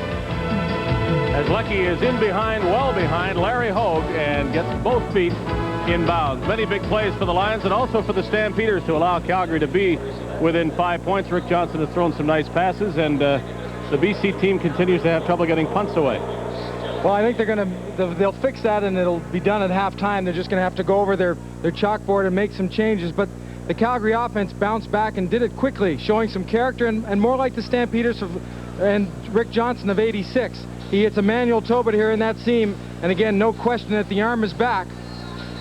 And then another big play. Scott Flagel finally opens the door for 1988. He comes in, great spot, great momentum buster. Plays like that on special teams lift the rest of the other team, and they respond, and the Stampeders did. 280 yards passing for Matt Dunnigan in the first half, almost twice as many as Calgary's Rick Johnson has, but of course the score is considerably closer than that, and plays like the block punt have allowed Calgary to stay close. Dunnigan warms up for half number 2.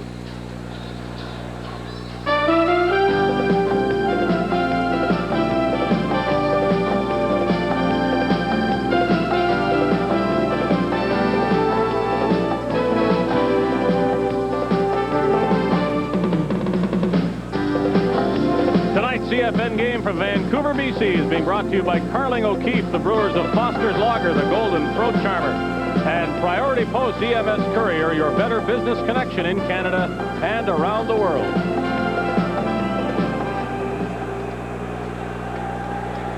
Tony Martino gets the second half underway. Andy McVeigh returns for the Stampeders. He's done a nice job returning kicks, and again on this occasion out to the 42-yard line.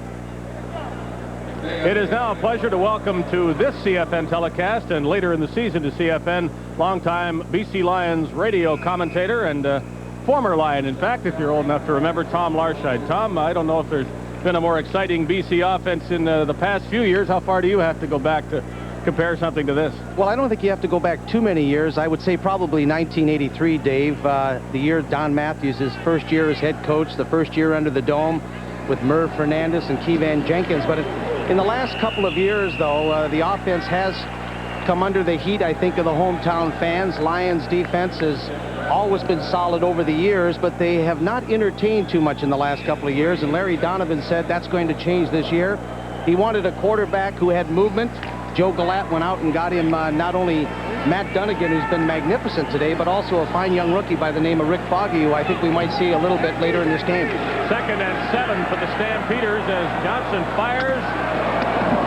The hit is made, but running through the hit, Tim Petros, knowing he needed 2 more yards for a Calgary first down. We welcome Tom Larscheid. He'll be with us for this third quarter tonight and later in the CFN season. People in Vancouver, of course, well acquainted with Tom as both a player and commentator, and we're sure that everybody across the country will get to know him and like him as this season progresses, and you couldn't ask for a better game, Tom. No, this has really been entertaining. I think this is the kind of game that we like to see in the CFL. You think of the Grey Cup game last year, very similar to this. 2 teams, very productive offensively up and down the field. You can't ask for anything better than this. Along with the entertainment factor, they're smacking each other pretty good, and here's a good example. Petros gets upfield to testing out the helmets. Pretty good, I'd say. Well, you know, the intensity level has been high, Neil. There's no question about that, but so is the performance level, and I think that's why we've witnessed such an outstanding football game in the first half. The word from halftime on BC running back Anthony Cherry is that the knee is injured to the extent that he will not be able to play for the rest of this game, and there is a question mark for next week. 2 injured Calgary players, guard Reggie Irving, linebacker Bernie Morrison. They will not play tonight either as the flag comes down on 3rd down for the Stampeders. Petros didn't quite make it.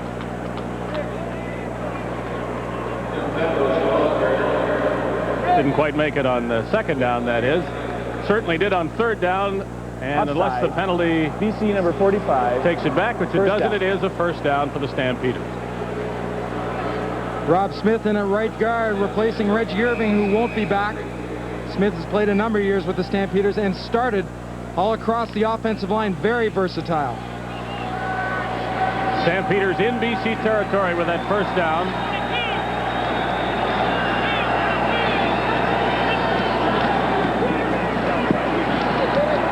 Quick handoff, and Petros continues that hard running to the 48. You know, both teams have run to the short side quite a bit tonight, and I think the reason for that is both defensive squad, the linebackers in particular, have great speed from sideline to sideline. They pursued very well, and they cheat to the strong side of the field. Looks like the game plan of both coaches is to run to the short side, and they've had success. Rob Smith for Reggie Irving at right guard for Calgary for the rest of this game. Lions showing blitz. Johnson throws over the head of the intended receiver, and that was a case where Johnson perhaps threw it harder than he had to. Well, I think what he had to do was get the ball out quickly. He saw the blitz coming from the linebackers, and both Stuman and Braswell up the middle. And as soon as he throws the ball, cornerback Keith Gooch knows he's got man coverage. He snugs up very quickly on Tolbert. That's a completion if the ball's a little bit lower, but he had to get rid of it. Look at this, third down. Larry Kuharich in a gambling mood. No sign of Glenn Harper. Johnson wanted this play off a lot faster. Now he has to settle things down and maybe even change the call. They give it to Allen, and on third down, he is stopped short of the first down, and figure that one out for me. Well, you know, there's no rhyme or reason the way Coach Q calls those third down gambles, and this is a typical example. An off-tackle play. Well, you wonder whether it was a play that was supposed to be called quickly or whether Johnson changed from something to this. You know, I almost think if Gary Allen had taken it up a little tighter inside between the center and the guard, it appeared to be a hole there, but he elected to go outside the tackle. By that time, the Lions filled and stopped him cold. Well, they give up valuable and considerable field position by losing the football. Of course, they didn't mean to lose it, but with that much yardage to go, a running play is not what you'd expect. Maybe they thought that that element of surprise would work in their favor, but it clearly didn't.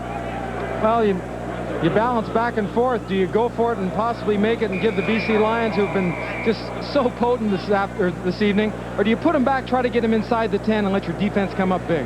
You know, it's one of those calls where if you make it, boy, you're a great coach, but if the team comes up short, why didn't he kick it away? Ian Sinclair getting his what looks to be his right shoulder looked at, and we should wish him a happy birthday. He's 28 years old today. It's probably a better time to do it than when his shoulder's hurting. But no, it'll make him feel better. He, of course, played on a national championship team at the University of Miami, Florida. He'll be replaced at center by number 62, John Coughlin. Just as soon as play is whistled in, Dunnigan throws, and a good catch and a heavy hit on the end of that play. But bouncing right up is Jan Carinci. He is a yard short of the first down. Experience will tell you as a receiver, and especially an inside receiver, when you go up and expose your back to a ball that you have to leave the ground for, you know you're going to get smacked, and he knows. Still makes the catch, though. Well, here's third down for BC. And they don't make it. Both teams running on third down, trying to make a first down, are stopped. Lamont Jeffers comes up big for the Calgary defense, the man they call Seaweed. All of a sudden, Larry Kuharich doesn't look as stupid anymore. Now it's on Donovan's shoulders. This has been a crazy kind of football game in many ways. Both teams coming up with big plays offensively, and now both defensive teams do the job when they were counted on. That's the voice of Tom Larscheid with Neil Lumsden, and I'm Dave Hodge at BC Place Stadium, and quite a game. Johnson got rid of it, and that's all he wanted to do to avoid the big loss. He was back at the 40-yard line, and Johnson wisely threw it as far as he could to absolutely nobody. Well, first look of James Quick Parker coming off a knee injury from last year. He's got tremendous ability to get around an offensive lineman, get low, and still maintain his balance, and then get to the quarterback. I've never seen anyone do it better.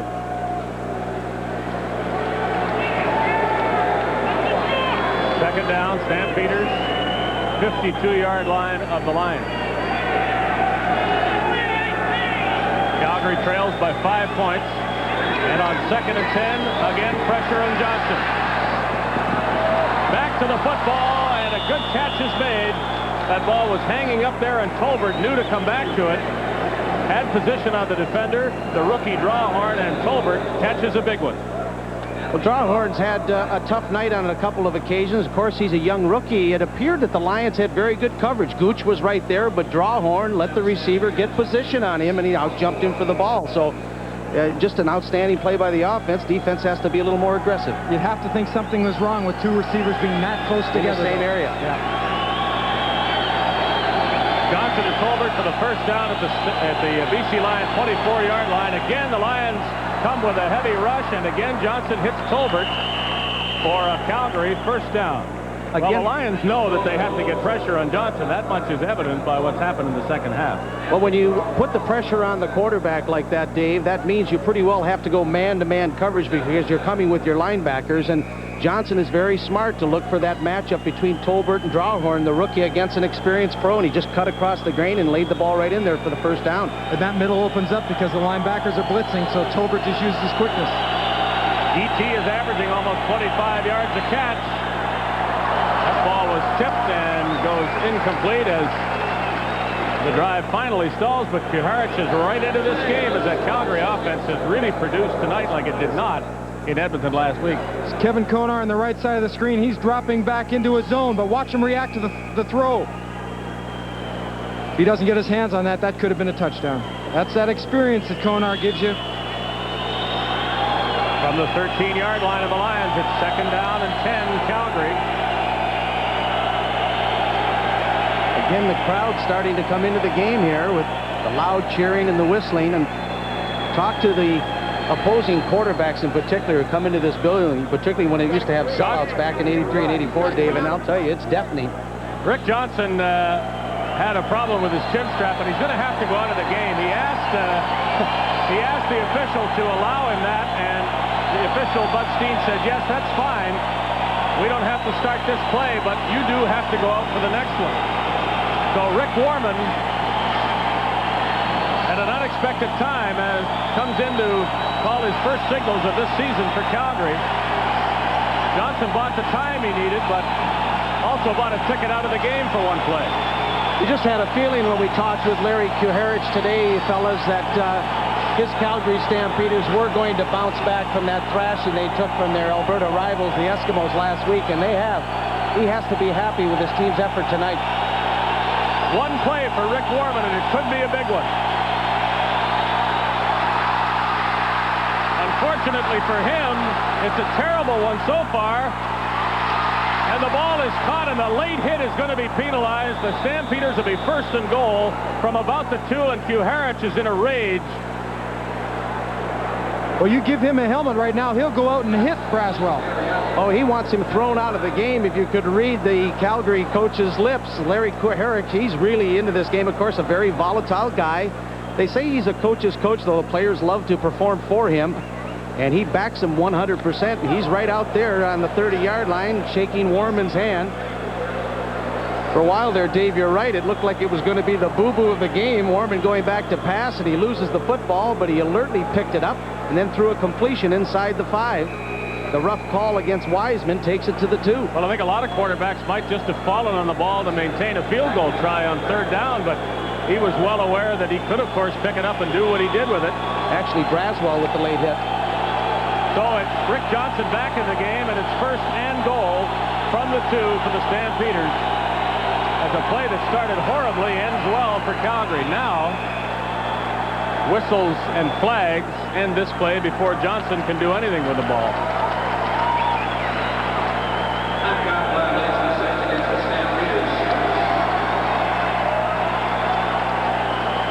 Time count violation, Calgary number 16.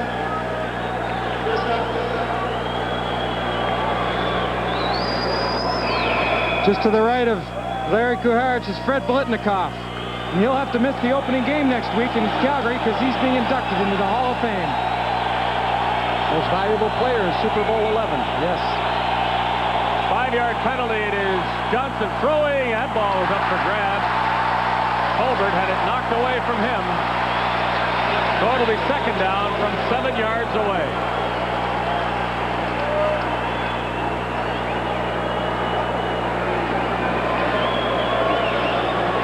I'm wondering in this situation, and we've seen the Stampeders do this before, run that quick trap, a running play up the middle. Well, they scored on it in the first quarter with Gary Allen right up the middle. It was a very successful play. Second and goal. Johnson to the corner, and the ball is picked off. Francis, or rather Keith Gooch, with the interception for BC. And the Lions retain the lead and regain the football. This CFN telecast is brought to you by Foster's Lager.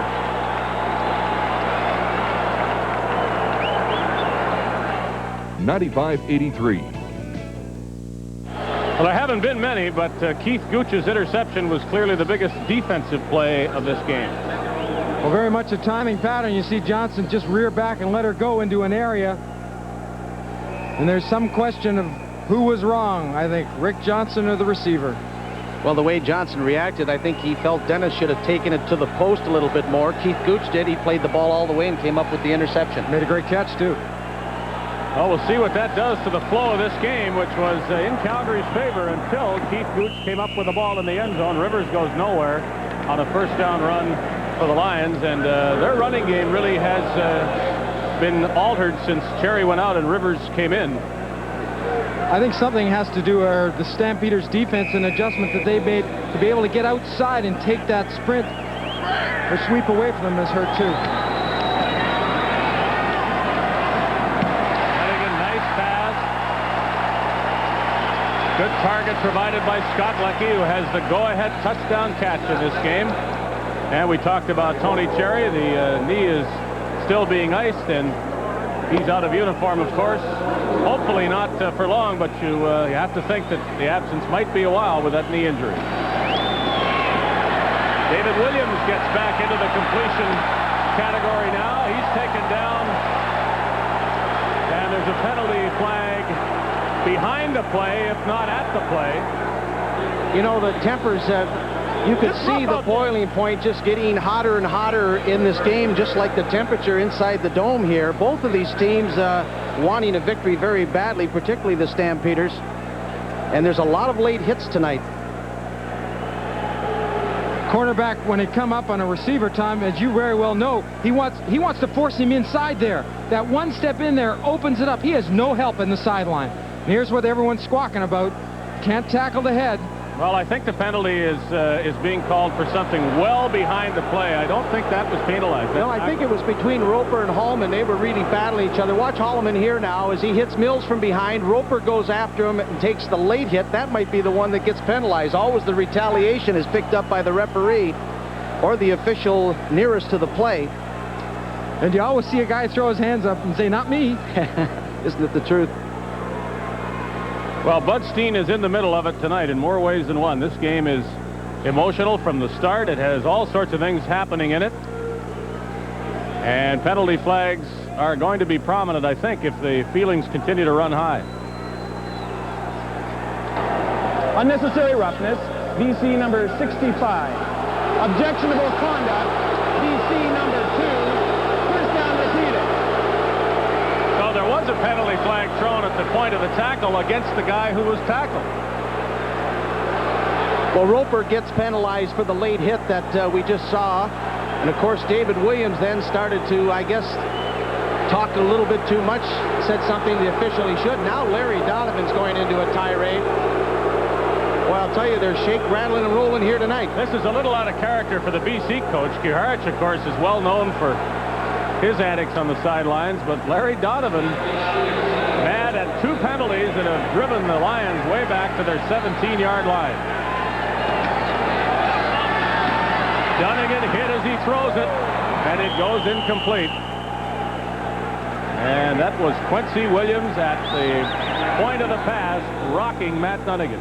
This play was very successful last week against the Bombers, but you watch Quincy Williams get to the outside. Bootleg slided on that hip, and away you go. But he can't keep going because it's been caught. It's been held up on the outside. Williams gets to close in for the kill. And the worst hit a quarterback can take, too, from the backside after he's put his arm back and he's just starting his delivery.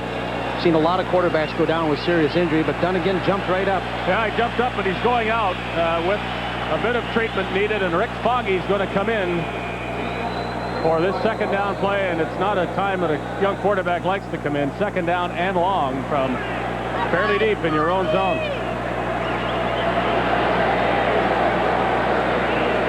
Dunnigan may have nothing more than a couple of sore hands now, but he is on the bench. Foggy's going to try to run, and he can run. Face mask penalty against the Stampeders. Foggy tells the official, who doesn't have to be told, the flag had already been thrown. You know, these are penalties that have to be called, too, because you cannot allow that kind of play out here. I think it's starting to get a little bit out of hand. The officials, I think, are doing a very good job. And this has been an outstanding football game. Calgary on the face mask. First down. Well, what an awful penalty to take, too, because there was no way Foggy was going to run for anything close to a first down. And this, of course, gives the Lions just that. Well, Matt Dunnigan, contact lenses got popped out on that hit from Quincy Williams. I guess that qualifies it as a big hit. Dunnigan knows how heavy it was anyway. Foggy now takes his share, and the ball is loose. Lions appear to have recovered it, but Rick Foggy was stripped from the ball, and that Calgary rush is a big difference in this game right now. Even though the Lions are leading, the Stampeders are getting much more pressure on the quarterback. Well, Matt Finley playing middle linebacker. You see him occupy the center, but it's quite simply the pressure from the outside and then the backside folding in, not allowing Foggy to get out and sprint. The classic way to stop a running quarterback is take the outside away, but make sure you've got that middle coming in, and that's what they did. Rick Foggy, University of Minnesota. Another second and long. This time he's going to try to throw it. Still on his feet. Fires a pass and is caught by Jan Carinci. He is down at the 40-yard line. But did Foggy have a lot of that ball? It appeared to be a desperation cause. This kid really does have a lot of poise for a rookie. Actually, it looked like there was going to be no protection for him to set up and pass. A big rush, particularly from the outside, forcing Foggy into the middle, but then he goes to his left. Now, this is difficult for a quarterback to run to his left and then throw with his right hand, and he gunned a strike down to Carinci and got the Lions out of trouble.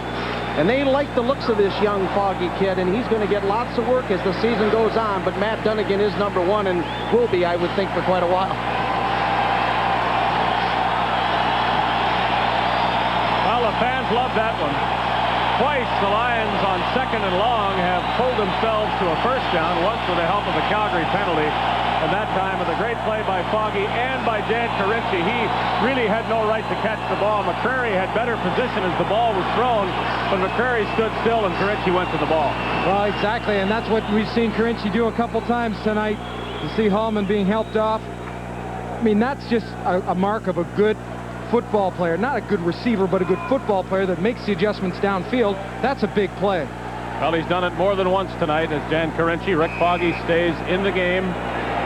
The Lions keep the ball at the 40 of Calgary. Foggy escapes pressure. That pass is knocked down on a good defensive play by Flegel, but otherwise it was on the mark. Well, Tommy, you said earlier, when you bring pressure, you've got to man up in the secondary, and when you man up, some people can be vulnerable. And that's what ideally a quarterback would like. Try to get a mismatch. As Dunnigan's got his contacts back in and probably just chomping on the bit to get back in there. Larry Donovan promised Rick Foggy would see action the first game, and he did. And in the second game, here he is. And Dunnigan, though he is ready to go back, hasn't been sent back. Rick Foggy earning the right to call this second down play.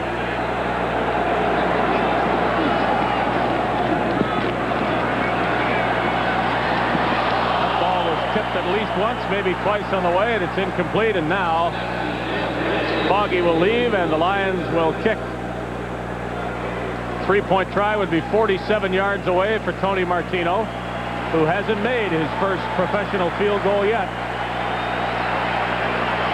Before the season ever gets started, it's interesting to ask the coaches who impresses them and why they impress them. And Larry Donovan said to us last week he likes Rick Foggy for a number of reasons. And it's interesting, you see that when they get an opportunity to play, the coolness of a young fella who hasn't had the experience. They fake the kick. Martino was going to throw it, still wants to. Ball is loose. Now they're going to call incomplete pass. And the Stampeders take over the ball at the scrimmage line, which is the 40. continue to lead by 5.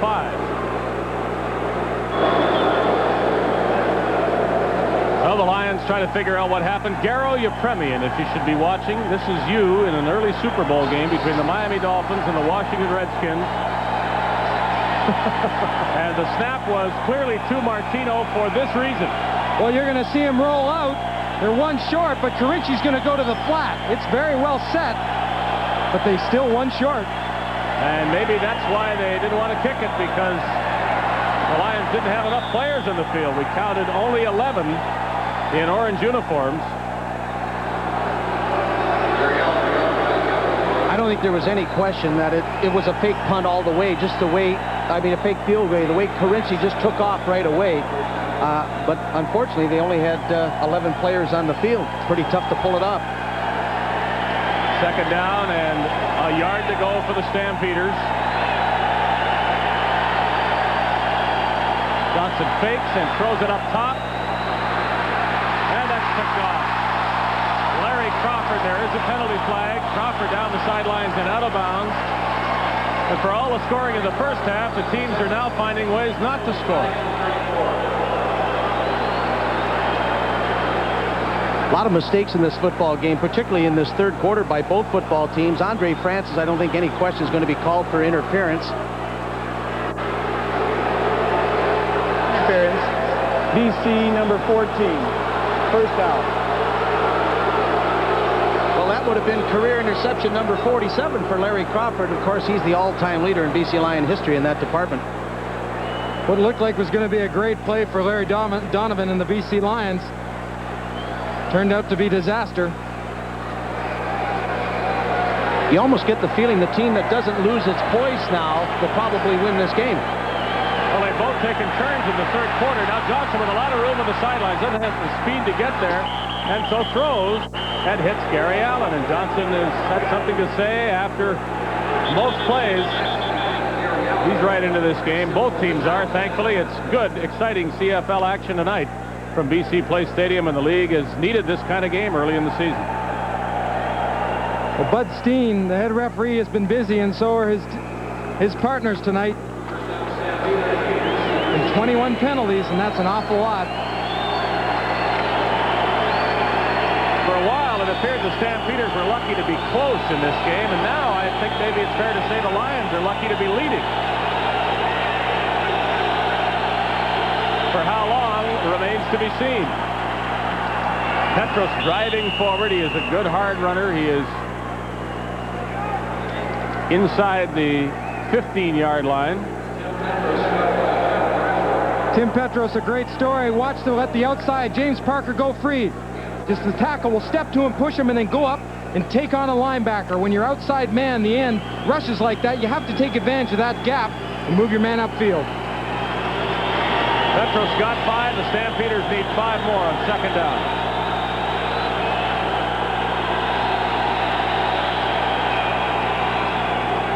And they asked Petros to get those 5. The ball came loose after the whistle. He is a bit short of the first down, I think, and it shouldn't be. We got to get it, says Kuharich. He's going to go on third down. It seems when the Stampeders need that 4 and 5 yards, they're going to run between the tackles, because Brian Belway, a rookie with the Lions, playing in his first game here in a BC Lions uniform. Eugene Mingo, an import, but a rookie. And those are the guys to go after, put the heat on them, and the offensive line of Calgary has been doing that quite successfully tonight. Last time down here, the Stampeders threw an interception in the end zone. Now it is third down and 1. Petros again, and he looks to have it.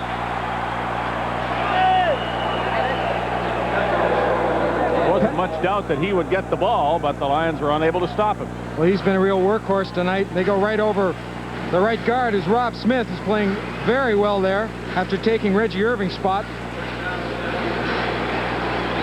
The sense of where you go, he cuts back inside. He could have followed Gary Allen, but he knows the urgency of getting that short distance, and the one way to do it is a straight line. Yes, there's no trick plays down there, traps or anything. It's just wedge blocking. It's man against man, the big boys, and push him out of there and hope that back can get that necessary yardage, and he did. First and goal, Stampeders from BC's 8-yard line. Last time, the Stampeders were as close as the 2-yard line.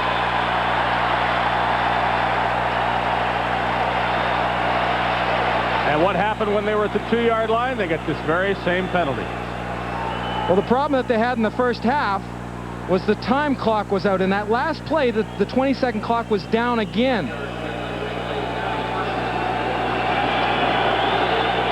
In the overall scheme of things, you don't think about those penalties, but they may be two of the biggest plays of the game. Pressure on Johnson. He will go down.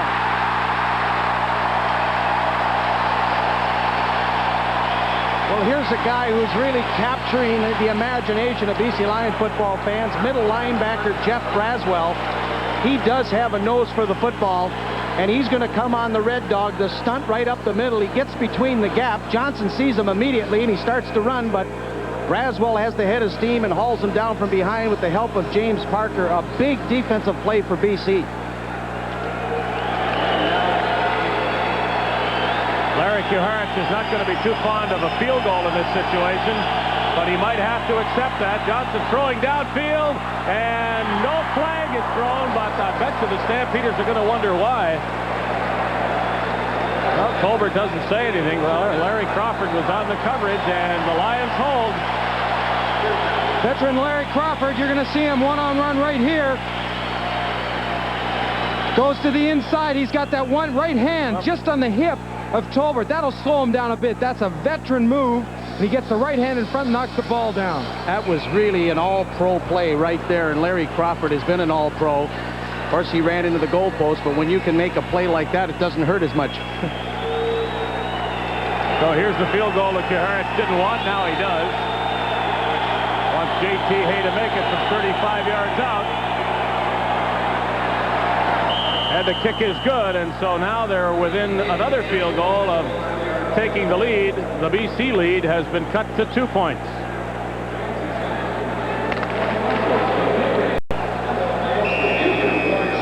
The fourth quarter begins. Only 3 points were scored in the third quarter by the Stampeders, who are now down by 2. This is Rivers.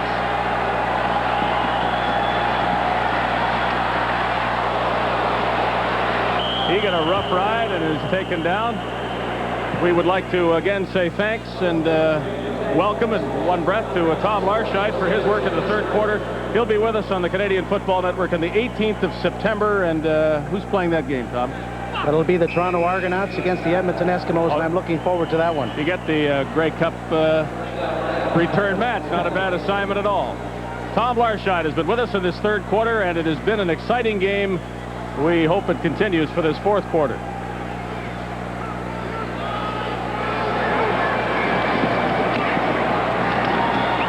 Dunnigan straight up the middle as the Lions try to grind out some yardage.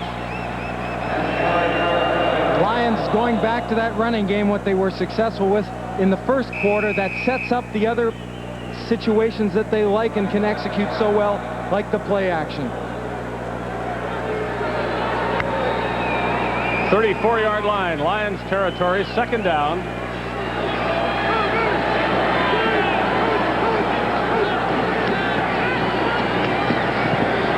Dunnigan really not sure, but he's bought himself some time. Pass is not caught. It is trapped by Williams, and the Lions must punt it away to the Stampeders.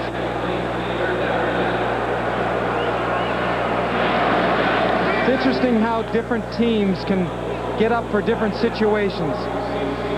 Watch Williams get down. You'll see the ball touch the turf.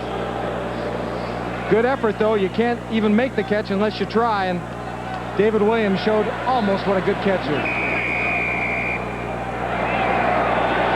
11 Stampeders rushing and maybe jumped offside, which would be a break for the Lions. Martino got the punt away. Gary Allen, a pretty good return.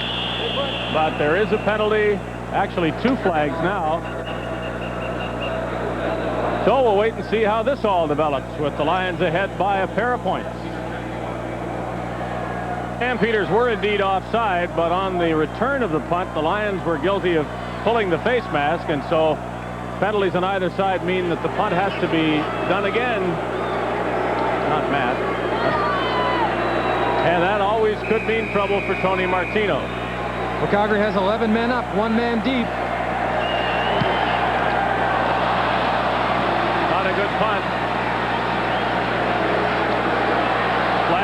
for no yards, and great field position for the Stampeders, all things considered. This CFN telecast is brought to you by Foster's Lager.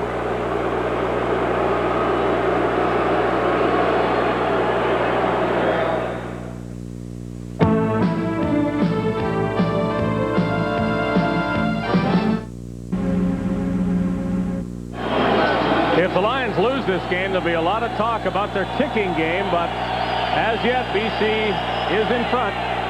However, the Stampeders have thoughts of changing that. First down from the BC 35. Johnson all by himself with a naked bootleg, and he'll get a first down to about the 23-yard line of the Lions. So J.T. Hay is going to have a chance to give them a 1-point lead, you would think, and the Stampeders will try for the touchdown that could make it a bigger one. Well, again, we see the advantage of having a successful running game as the time goes on throughout the game. Illegal procedure. Calgary, number 69, first down repeated. Well, they're still in field goal range, but not really what I meant. The Johnson run doesn't count, and they're back at the 40-yard line. First to get down again and 15 yards to go.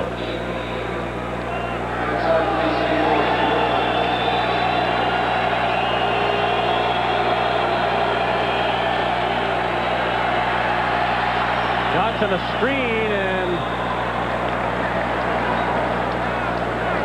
Petrus did all he could do to catch it, couldn't run with it, so it's no gain on the play. Well, once again, we've seen Calgary try to run a screen a number of times tonight, and they're not getting an opportunity to set it up very well.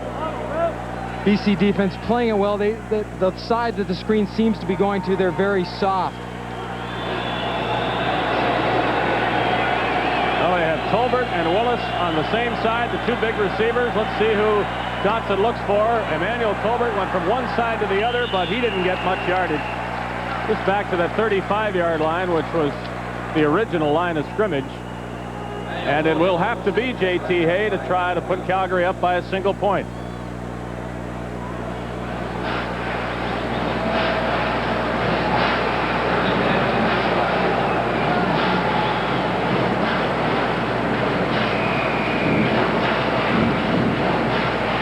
Lions have misfired on 2 field goal attempts, but J.T. Hay has made a couple. The third one was a long one that was just a little bit short and wide. This a 42-yard effort that could erase a 2-point BC lead. Hay drives into the ball and makes the field goal, and the Stampeders are up by a point. Good execution from the center, the holder, and then the kicker. It's amazing what that timing can produce. J.T. Hay, as I mentioned earlier, a successful kicker. So consistent, so consistent. Watch the follow through. Nice play, spins the laces away. That head stays down. Yes, sir.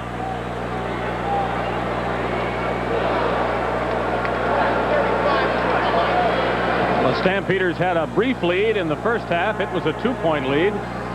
This a 1-point lead, but they'd like to hold it a while longer. 33,000 people at BC Place Stadium on a lovely Friday evening in Vancouver. That attendance down about 5,000 from the opener against Winnipeg, which of course featured the return of Roy DeWalt and the debut of Matt Dunnigan. Look at Mr. Activity on defense. You know, people say he talks and chats a lot on the field, but he's very helpful, very active, and very aggressive linebacker. Fits in well for the Lions. Crawford and not Rivers is back for the Lions, and Crawford picks his way out to the 43-yard line. First down, BC there. Larry Crawford's been doing that for years, whether it's been kickoff returns or punt returns. He just seems to glide upfield. He's broken many. He's just got that uncanny ability to find the gap and make people miss him as he's going up. Does a good job of reading where the blocks are going as Dunnigan gets ready to start from his own 42-yard line. Crawford likes to wait until the season gets 8 or 10 games old before he starts to do a lot of punt returns. He looks faster that way when he waits. Dunnigan back on his heels. Do a nice pass though to Carinci. Had to come back for it, and so did not get the first down. Stamps continue to pressure Dunnigan. They know the only way to really disrupt this offense is to disrupt their quarterback. Carinci just smooth, goes down the field, finds that area. Second down and a couple. Dunnigan saw Johnson make yards that way. Now throws a pass. It'll be intercepted. The receiver went one way and the defender waited for the ball. Major flips it off to Flamo. Penalty flag. He'll go down with the ball. That's the important thing right now. The Stampeders have it. And we'll check the penalty with Calgary leading 31-30 and 10:34 left in the fourth quarter.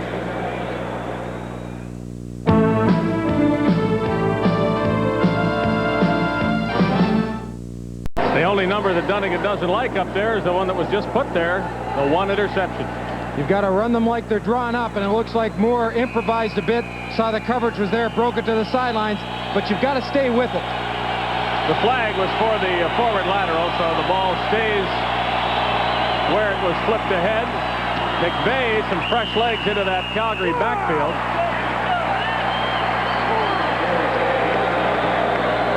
Braswell beginning to lead his cheering section, which might be important down the stretch here with 10 minutes to go. Larry Donovan's tactic for Braswell is they don't let him work on any special teams. They want him to stay fresh. Good lateral movement. He gets by the block of Gary Allen and keeps going to the outside, and it pays off keeping him fresh. Second down, Johnson again with time, and he throws an interception.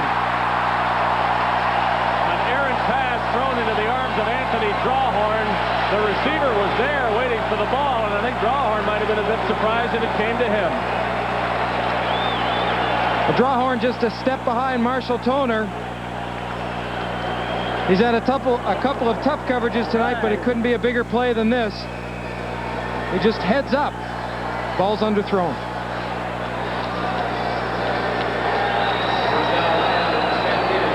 Backpedal, read what the quarterback's doing. Now go to the football. Aha! Now turn offense. 32-yard line and a good hole for Anthony Parker, who's going to take it to the 10 and close to the 5.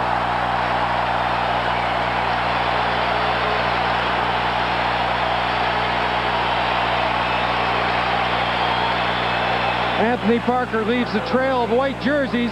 He's going over the right side. Leo Blanchard and Jamie Buis, then he kicks it up and pops it outside away from the linebackers and then just hits straight upfield. If he had one, his business card would read A.D. Horn. That's what he likes to be known as.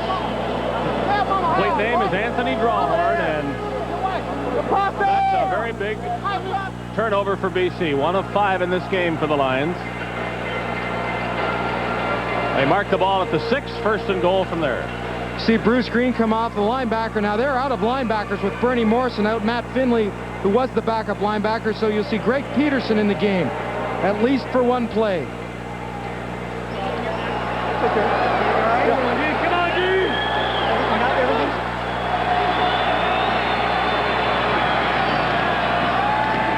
Lorenzo Rivers to the corner, touchdown.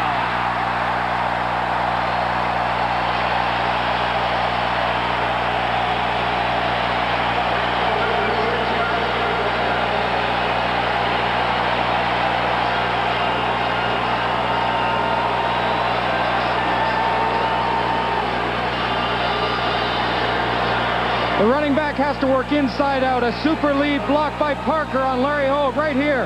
Boom, he's in his face. He dips in and now runs to the corner.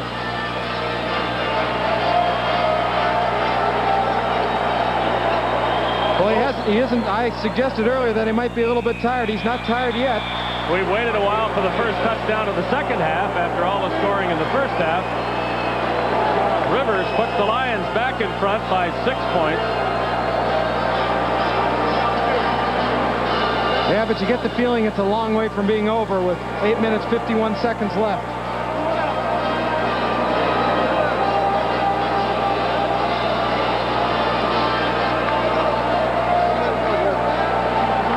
They do have fun, these BC Lions. They had more fun last week when they won in a breeze 36-3 over the Winnipeg Blue Bombers, but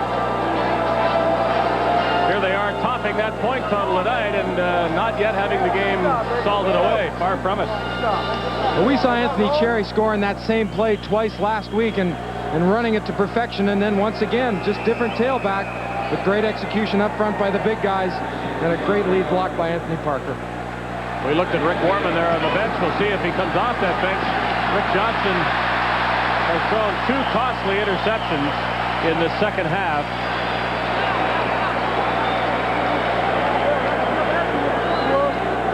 Sure enough. No, Johnson stays where he is. That's tough. You know, you get in a situation where you want to win the football game. You want to be the person that's under the pressure. And even though he's thrown the interceptions, he wants to get back in there, I'm sure. Well, Larry Kuhart said, if I change quarterbacks, I change. It'll be the second guy in the rest of the way. So he's going to give this game to Warman to win or lose. Yeah. No good. Willis pounds the ball into the turf.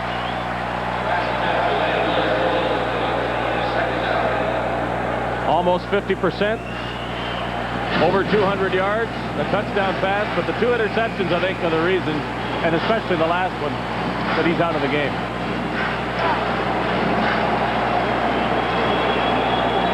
Second down for Warman, who completed his first pass of this game and fumbled the ball in the very same play. That's a pass that gets to the receiver on 1 bounce. So based on that series, you'd wonder about switching quarterback. It's tough for a guy to come in who hasn't played all game, probably hasn't thrown too many balls on the side to warm up.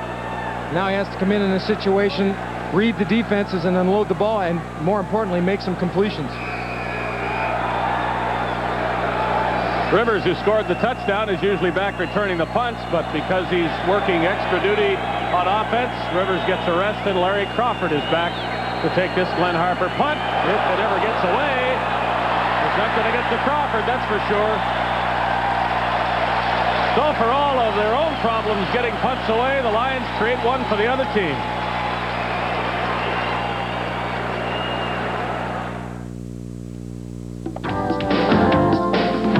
Hi, I'm Tom Richards of the Edmonton Eskimos. Join me Wednesday on the Canadian Football Network. Tom Richards is one of the Edmonton receivers who catches the passes of quarterback Tracy Ham, subbing for the injured Damon Allen. The Ottawa Roughriders at Lansdowne Park are badly in need of a victory after dropping their first 2 starts of the 1988 CFL season. The Edmonton Eskimos and the Ottawa Roughriders on the Canadian Football Network, Wednesday, July 27th. Join us.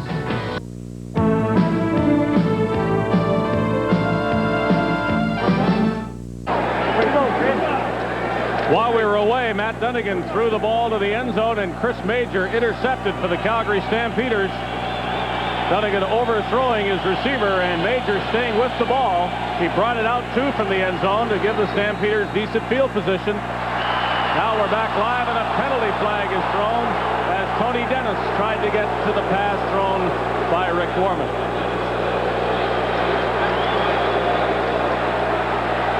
Andre Francis will be called for pass interference. BC number 14, first down. Well, it looks like Warman's got the arm back. He threw that ball pretty well.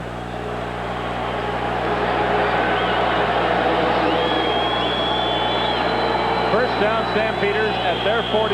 We have 6:20 remaining, and Calgary trails by 6 points. They try to pressure Warman. He throws to the sidelines. Ball is caught, and Willis turns it upfield. Gets into the 46-yard line of the Lions. Lots of chatter from Willis. He says the more he talks, the better he plays, and he can perform. He gets down, just runs a simple comeback back to the ball. Now, he can be scary if he can get back inside with his speed. A lot better on this series for Rick Warman than the last one, as Rick Johnson watches from the sideline. Gary Allen has not far to go. Dragged down from behind by Gino Mingo. Well, this trap play has been very successful. You watch the guard pull out there. Smith, he'll kick out where the defensive lineman was left, but Mingo obviously playing that technique that Donovan wants him to. Didn't watch the back, but he read the offensive line. Here come the Lions at Rick Warman. Sideline pass thrown, and the ball is caught. Great work by Willis to stay in bounds.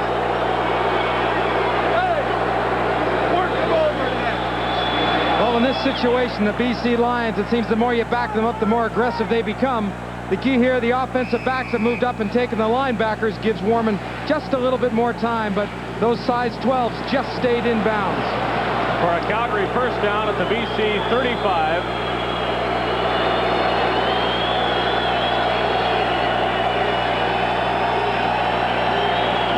Tim Petras off tackle for 3 yards.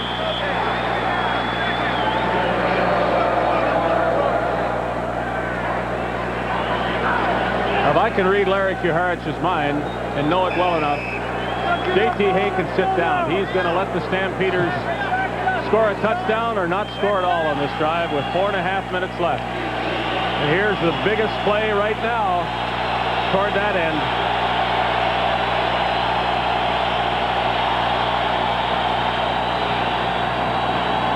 Warman for Willis, and it's tipped away by Andre Francis.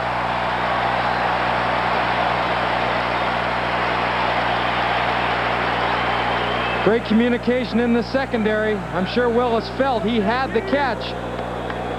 Francis's quickness and speed, be able to catch up was the difference there. And the mind reading will stop right now because well, it was good to know you haven't started thinking like a head football coach anyways, Dave. J.T. Hay is going to try for 3 unless Rick Johnson has a fake right up that sleeve. 39-yard attempt. Well, they won't be able to try a field goal. Hey, can't do anything with it.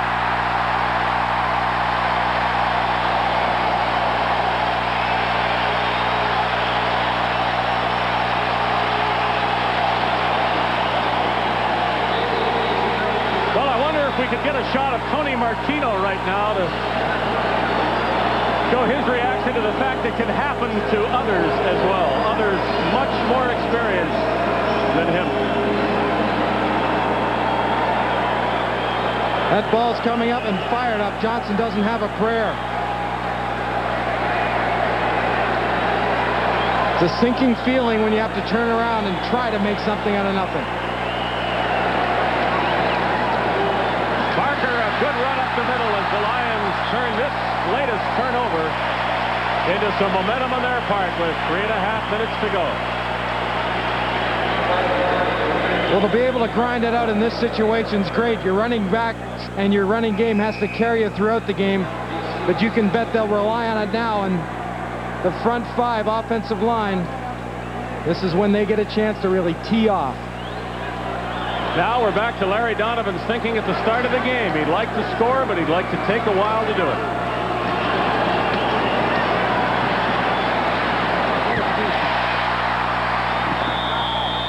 Dunnigan hits Dave Williams. Treated rudely by Ron Hopkins. They've had quite a relationship through this game. Foster's Lager and the Canadian Football Network are proud to bring you the best of the CFL.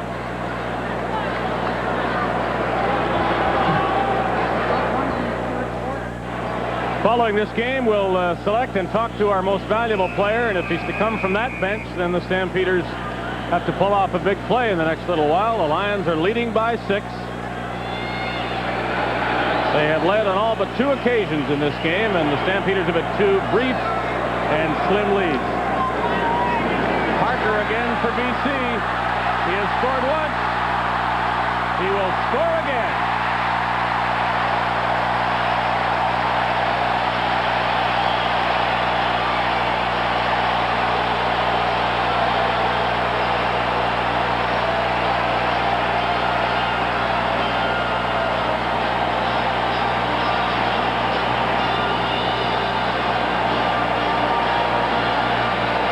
Everyone does it a little bit differently, but a key for a good running back is having a nose for the goal line.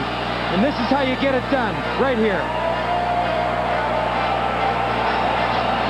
Take a couple friends with you.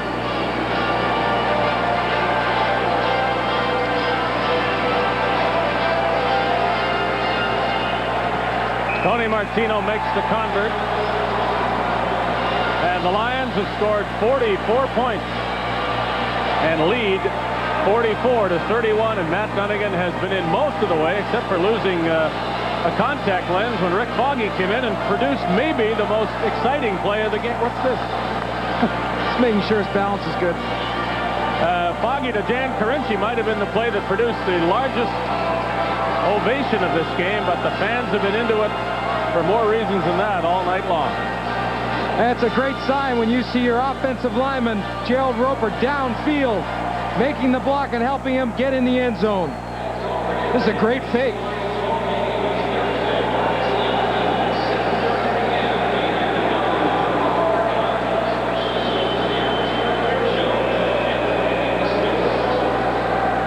I do believe he thinks he can fly, Neil. Oh, no, Eddie Edwards right there. That's who he is. He wants to go to the Olympics.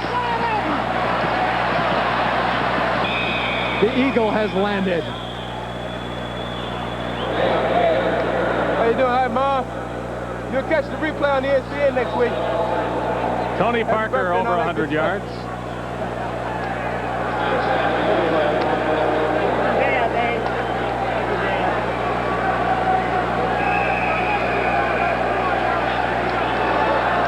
Anthony Parker did it for us, but we welcome viewers in the United States on ESPN to a typical game of Canadian football.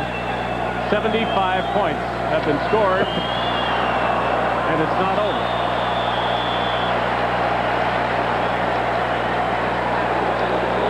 You played right off me. I ran a slide out for the group. Stop. I ran into him. And it's there. That's why he's got his haircut like that. The Eagle Dunnigan. He took 3 of them 5 yards. Hey, man. Give him some thick glasses. He looks like Eddie Edwards. I'm not kidding.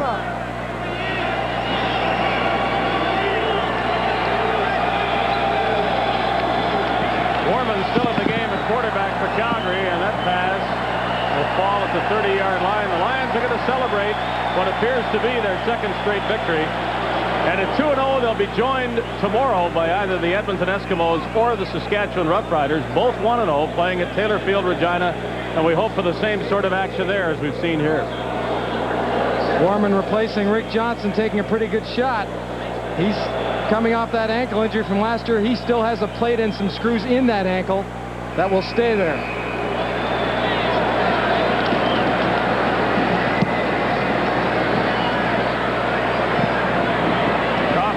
The ball bounce. Runs near the 35, a minute 54, and the Lions now would be wise to try to protect the ball and run the clock, but this devil-may-care BC offense doesn't usually do that. Larry Kuharich is going to go home 0-2. Not entirely unpredictable when the Stampeders began on the road against Edmonton and BC. Certainly a lot more good things out of this game for Calgary than the first one. Well, you have to be able to come out of a bad situation and build, and I think, as you said, there's lots of good things to build on. Lots of excitement to go, some breakdowns, but hey, this BC Lion football team's good.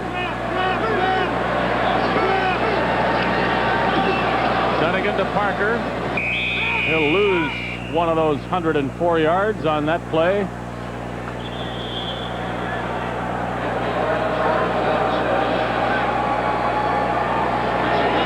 It kind of tells you right there it's been a long day. Quincy Williams taking an 8 count before he has to get up. Really, the 2 interceptions that Rick Johnson threw may be the 2 plays that the Stampeders want to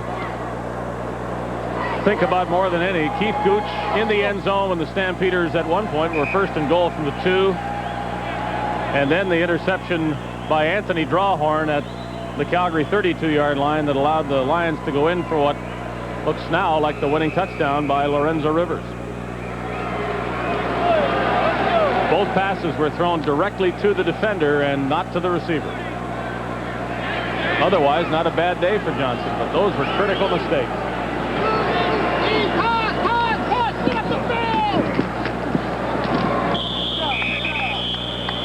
Rivers, as the Lions do keep the ball on the ground, try to move the clock, and they will now punt it.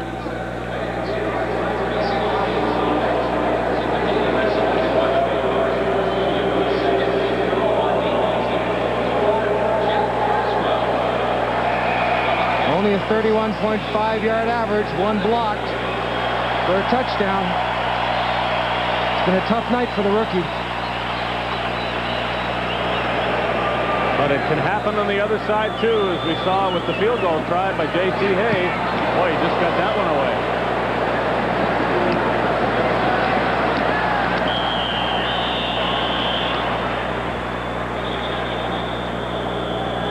Flags down on that play. The fans really aren't too pleased with Martino. I guess he had to come in and dazzle him when he replaced Louis Pasaglia, but he's just doing anything he can to kick the ball away, and it's not his fault that the Stampeders are right at him.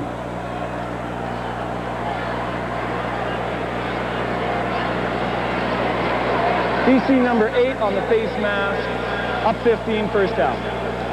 Bud Steen's had a busy night. Lives in Edmonton as a lawyer, practicing lawyer in Edmonton.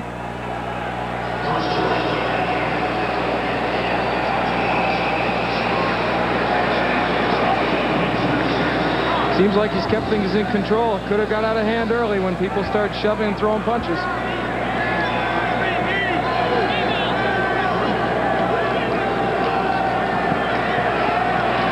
Gorman fires it into the ground after it looked like he might try and throw and hit the lights in the roof. Martino a little happier now that he avoided that punt block and that he's going to be on the winning side for the second straight week. Well, that's the worst thing you can do, and I'm sure it's in his mind every time he gets on the field is, geez, I hope this one isn't blocked too.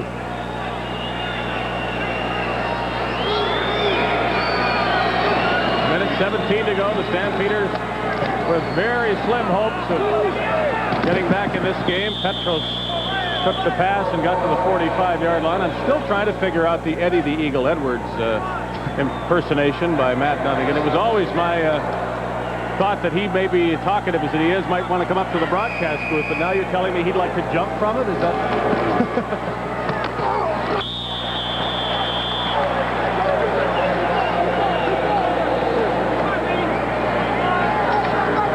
Well, they haven't backed off. I kind of like that in a football game, even though things are in hand for the Lions. They don't seem to be backing off one bit. They want to make an impression. That posse, as they're called. Warman over the middle. No, they haven't backed off. Marshall Toner met Jeff Braswell.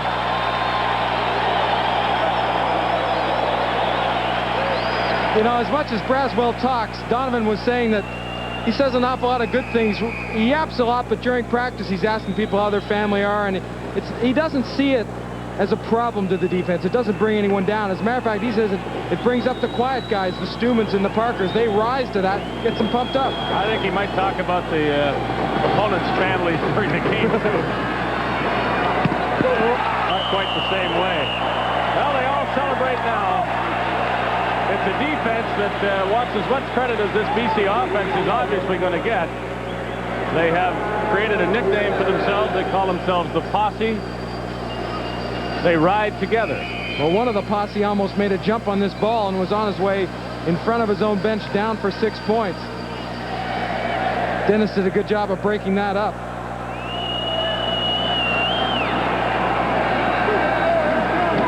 Warman perseveres in the final minute.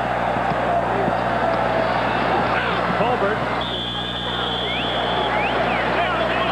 And the feelings start to get out of hand here as Stampeders react to the BC aggressiveness on defense. That sort of tells it right there. What do you want me to do? Well, it is a tough spot for Warman coming in as he did late in the game and really being asked to decide the game as the Calgary quarterback. They would still be in it perhaps if J.T. Hay had been able to kick a field goal and cut the lead to 3 points. But once that snap went awry and the Lions went down and scored, the game was effectively over. Now in this situation, the officials, and I suppose both teams, just hope they can get the game over with without anybody tossing a punch. Hi, Rena. Hi, Mama. Hi, Daddy. Hey, my little sister at University of Florida. What's up, Dave? I'm seeing some money later on. And he talks about his own family. Get straight A's. Hard work pays, get straight up A's. All right.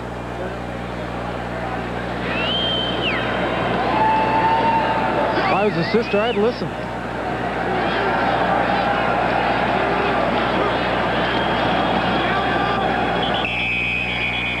One more snap to Dunnigan. More time off the clock. 15 seconds now. Tough loss for Larry Kuharich. They led in this fourth quarter by a point, but they now trail by 13. Well, a new football team from last week at Commonwealth Stadium.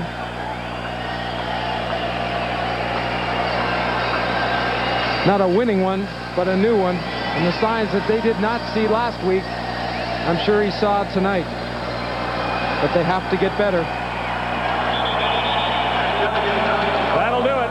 The last snap to Matt Dunnigan, and the BC Lions celebrate their second straight win here at BC Place Stadium. They defeat the Calgary Stampeders 44-31.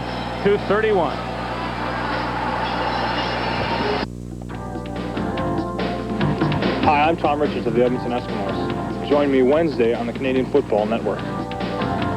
Tom Richards is one of the Edmonton receivers who catches the passes of quarterback Tracy Ham, subbing for the injured Damon Allen. The Ottawa Rough Riders at Lansdowne Park are badly in need of a victory after dropping their first two starts of the 1988 CFL season. The Edmonton Eskimos and the Ottawa Rough Riders on the Canadian Football Network, Wednesday, July 27th. Join us.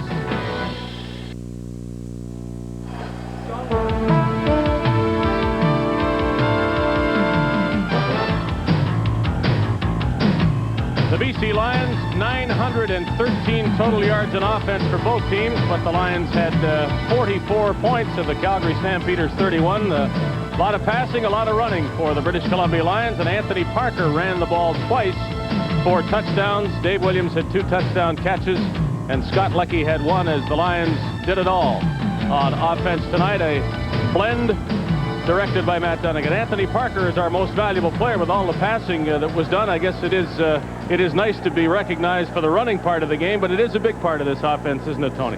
Yes, it is. We've tried to mix it in at least half and half, run and pass. Tonight, I think we may have done a little more passing, but late in the game, I think